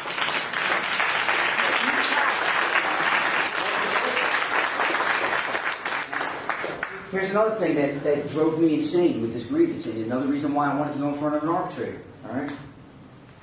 Every full-time cop got offered overtime. And my attorney's correct. I'm actually being accused of, like, the check. Like, come on. All right? That destroyed me. All right? There was no reason to humiliate me that night by putting that check.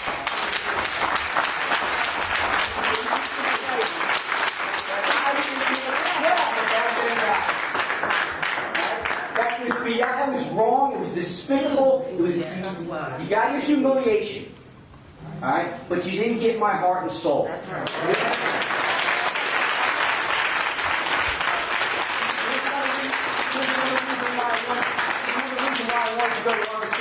Okay? What am I supposed to do? Contract says you got to offer the overtime to the full-time cop first, which I did every time. But they turned down almost 2,672 hours in 2019. Okay? They turned down 2,132 hours in 2020. All right? And I get it. They get fatigued. But here's the thing. All right? If they can't work it, all right, you're worth more than a bank of apples. Yes. And I will bring my grave. All right? I'm telling you right now that if this is going to arbitration, my professional opinion is different. And my wife will tell you, all right, had shouting and screaming matches in my house with the solicitor about various different things. And I told the same thing. Against legal advice, you're not to go to the FOP. Against legal advice, that's it. And you know what? It's one of the things where, I wrote this letter. All right? I don't like to let people down. I'm not going to let you down. End of story. So, do what you will, but do me a favor. Can you do this for me tonight? Can you please give me some sanity back? Can you please allow me to live? Can you please stop this story?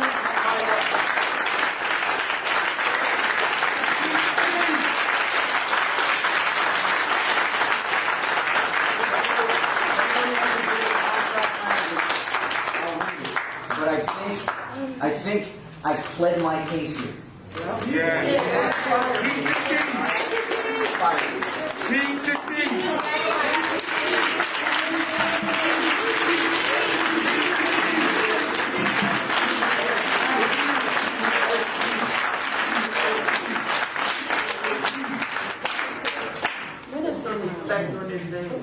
Okay. The motion to remove Chief Papiro and appoint a temporary replacement. I hereby make a motion to remove Anthony Papiro. Are you serious? For Yeadon Police Department effective immediately. How do I teach the little children? There's a second. Say the right thing. The motion has been seconded. It is moved and seconded. Move Anthony Papiro as Chief of Police effective immediately. Who seconded? Does any member of this board care to address the merits of this motion? Yes.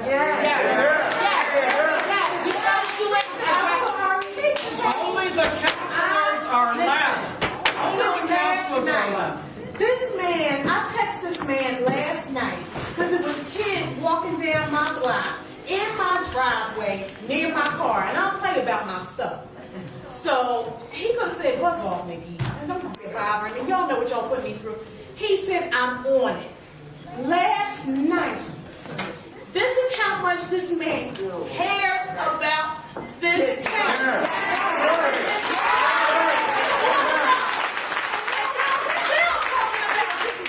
I'm sorry, I cannot. Listen, whatever you need from me, Chachi, I got your back. Whatever you need. If you go to court,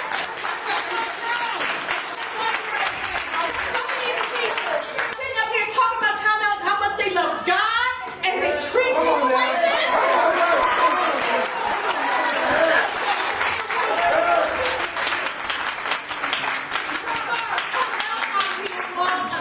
This man, I text him on his personal phone, which ain't even really protocol. I was doing that before I became a council person. And he has never treated me like I was bothering him. Everything I have ever asked this man, he has done. This is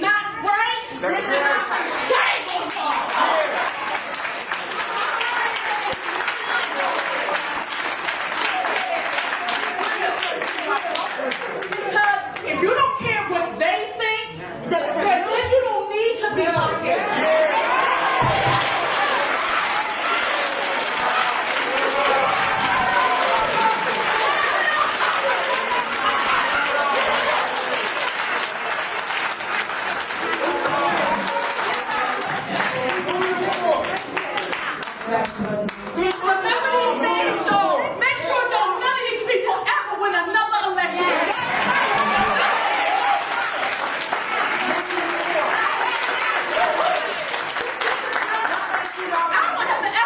Again. I got enough accomplishments behind my name, but I tell you what, this man don't deserve to be treated like this.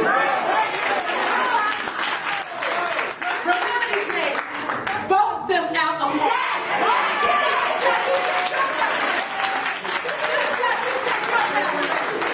Vote them for these same people that keep showing y'all what he got to accomplish.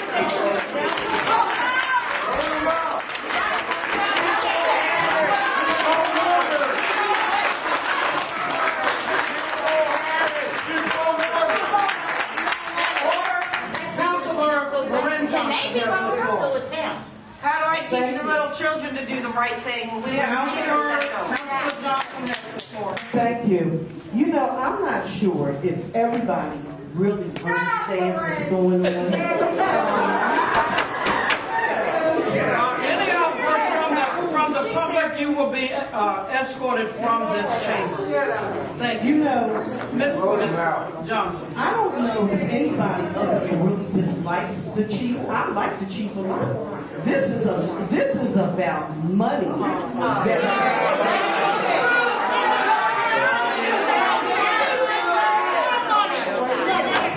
about money. It is about money. It's about you.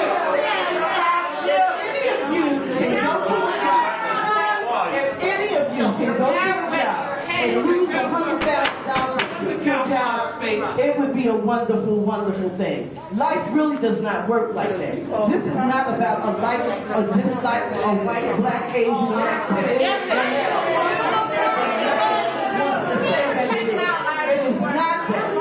You cannot spend borough money and not have consequences. And it's not just that.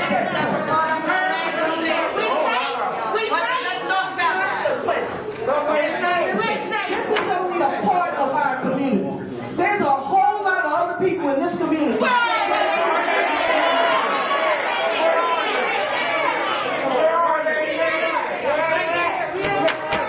Thank you, Councilor Johnson.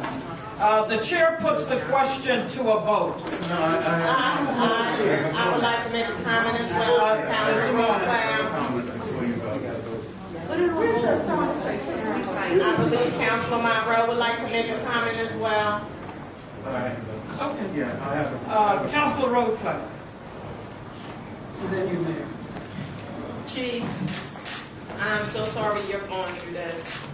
And I echo everything Councilor Beatty said. Yes. I echo everything he said. Me too. This is ridiculous. Me too. And it is about race. It's not about money. It's not. I have the floor. It's not. I have the floor. Thank you. Go ahead. Because if it was truly about money, we wouldn't have counselors frivolously spending money to stay at a hotel that's 20 minutes away for 2 nights on the taxpayer's back. Okay? So if it was truly, and it was sad, and I have the floor. Get it together. But we're talking about the ones that didn't pay their own way. Because I see right here, we're asking for reimbursement of about maybe $1,500 for a hotel stay. Lunch. Some people did not pay their way. So if it was truly about money, they would not be doing this. They would not be going out during a pandemic, eating lunch on your dime, on my dime, without proper receipts. If it was truly about money. It was about race. And I said from the gate, who made the racial comment? And I must stand on that, go before the courts, have my right hand up to God, and say, I swear to tell the truth, the whole truth, nothing but the truth, so help me. It was said, this is a majority black town, and we should have a black police chief. And what he's going through is a damn shame. Because if it happens to him,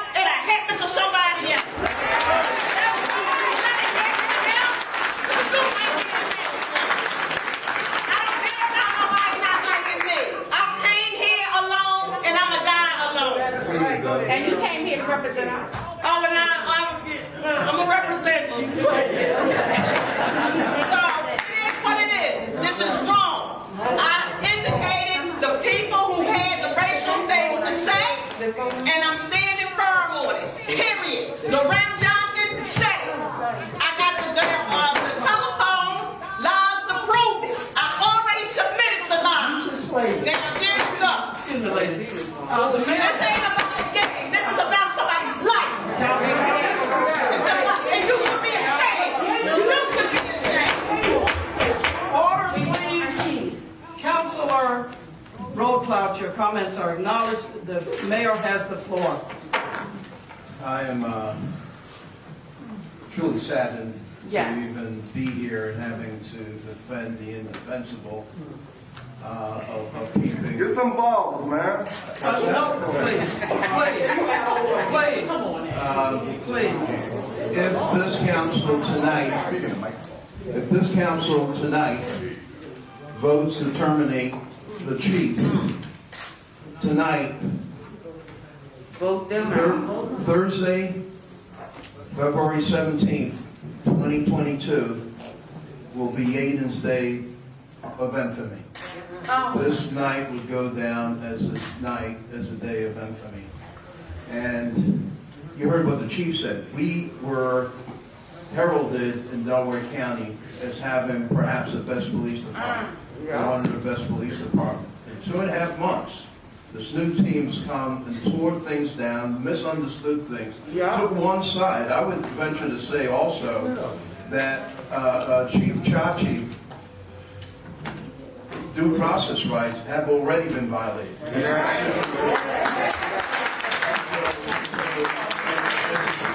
That's already been made. Okay, this meeting is a sham. This meeting is not an open meeting where we're getting all sides. Decisions already been made. And also, what's wrong is he's not ultimately responsible. Okay, I am. Wait a minute. Let me finish. Let me finish. Unlike you, okay, I got. He can talk. Let him talk. No, wait a minute. The buck stops with me. I'm the mayor. I approve the working of the part-timers, not him. And also, who signs the checks? Who signs the checks? He doesn't sign the checks. I don't sign the checks. So, whatever. But why blame him? Why put all the blame totally on him? Okay? I approve the working of no, because we kept the residents safe. No, we kept the residents safe. Right thing. And also, every police department around the country is way over in their police budget because of COVID and all these things. We came, I don't get into it. We did a responsible thing. And this man does not deserve to go. I'm embarrassed to even be here. I'm embarrassed for him. I'm embarrassed for Yeadon, and yes, as mayor, no, I'm embarrassed for Yeadon and Delaware County. I'm very embarrassed. Got a call for the vote. Okay, the chair puts the question to a vote. No,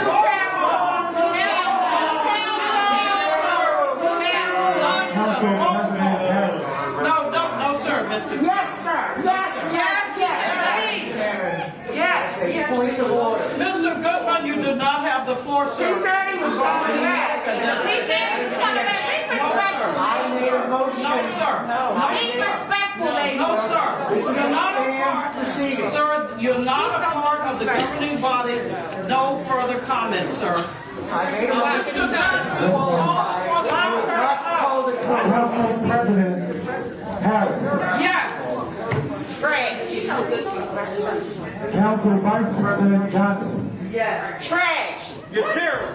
Take the president now. Council Member Beatty. No. Thank you. Now what about the lawsuit? Councilperson Latoya Monroe. Council Monroe. Councilperson Monroe. We need your vote. Councilperson Monroe. Yay or nay? Yay or Councilperson Brooks. Councilperson Jones Ward. You gotta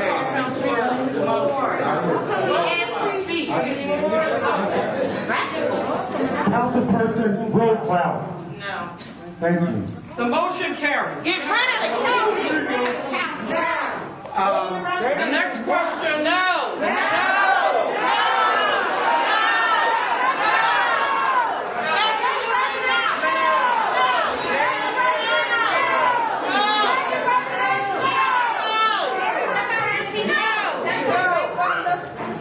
When we see who will pay for this. What about when you got violence The next call for a vote is the call for the Lieutenant Barnes to maintain the Lieutenant Burns, not Barnes. Lieutenant Burns, are you present? Lieutenant Burns is acting as a line. Yes, yes, sir. Yes,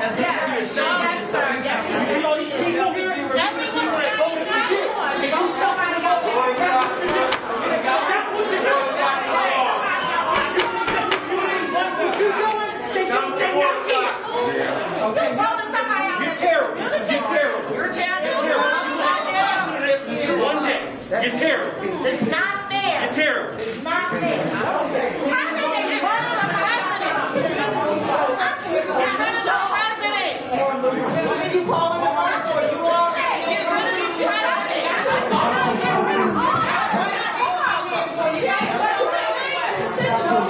You already made your decision. Councilperson Harris. Why don't you step down? Councilperson Johnson. How do we get them out? Councilperson King. Vote them out. Vote them out. Vote them out. Vote them out. Vote them out. Vote them out. Vote them out. Vote them out.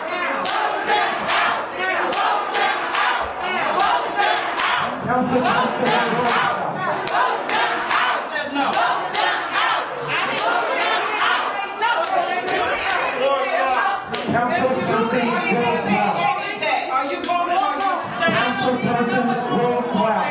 Okay, go ahead. We're voting to have the lieutenant next in command. You're voting to bankrupt the town. You're voting to As the interim chief. Councilperson Brooks. The officer. Councilperson Jones Ward.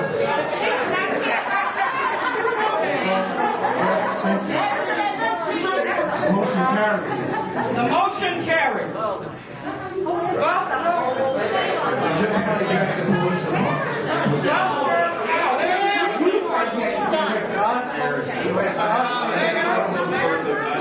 Yes, I do have. Let the record. Okay, the mayor is recognized for his report.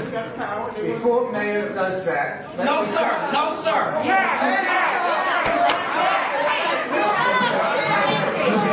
Sarah, let me take this, all right? I have the floor, and I'm going to yield 2 minutes.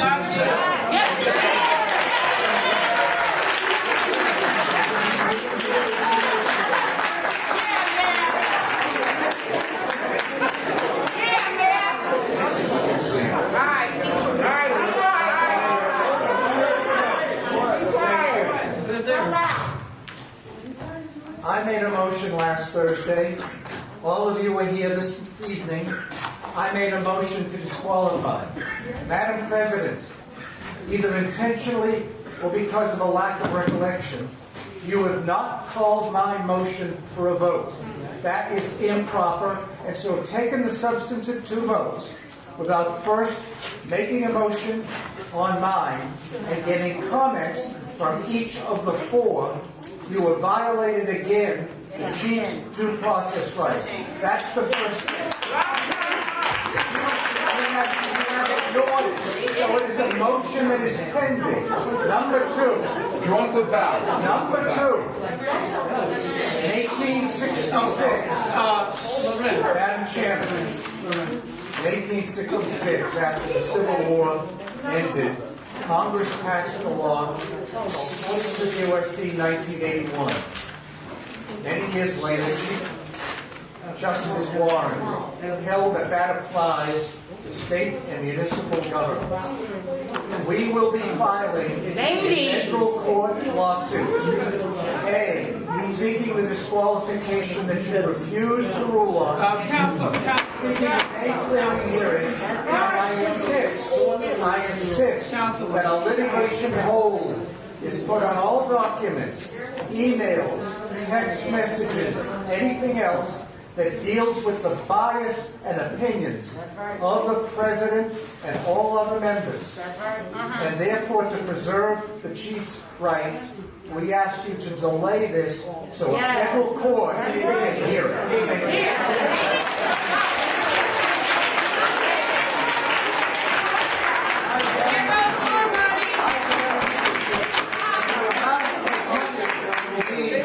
Substantial. All right. Yeah, I have. No, I have Substantial on the banks of the Thames. Remember this day. I have. You can't bar me from my report. You can't bar me from my report. Now, I said 2 minutes. And you didn't take more than 2 minutes. Come on, I've got something else to say. Don't bar me from my report. Okay. I want to say this to the residents, that I picked up a copy of the Philadelphia Inquirer today. It's dated Thursday, February 17, 2022. I'm going to read a little excerpt. Front page story. Council eyes cops injury claims.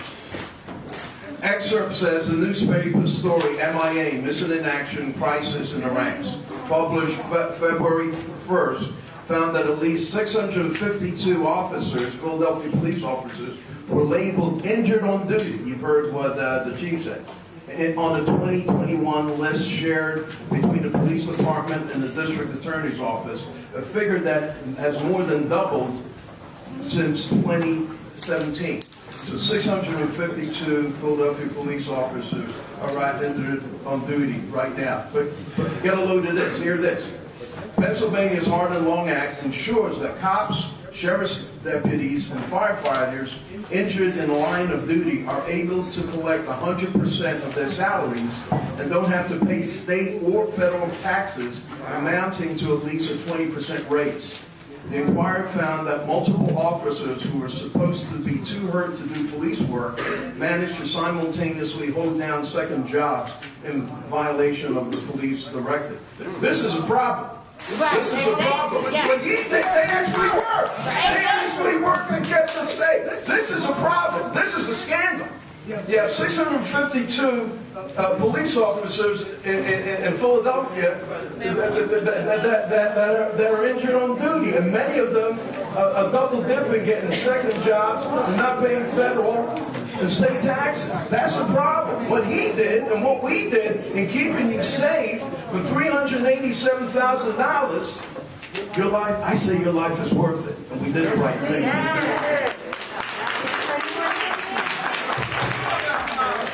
Next on the agenda is the manager's report. No. You're going to have to kick us out. It's not going forward. No. I still can believe I'm sorry. It's so embarrassing. They're ignoring your lawyer because they want to get sued. They're trying to bankrupt Yeadon. They're trying to bankrupt Yeadon. They're inexperienced. They're incompetent. They don't know what they're doing. They're going to bankrupt Yeadon.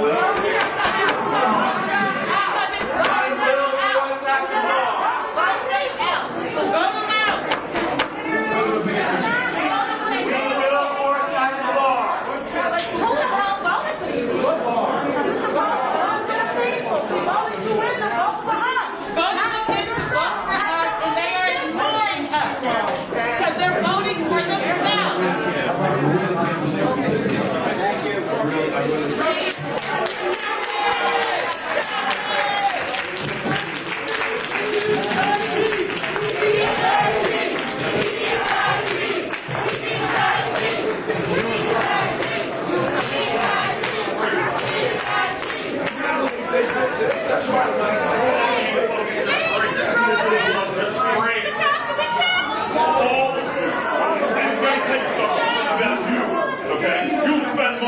Yeadon Borough, okay,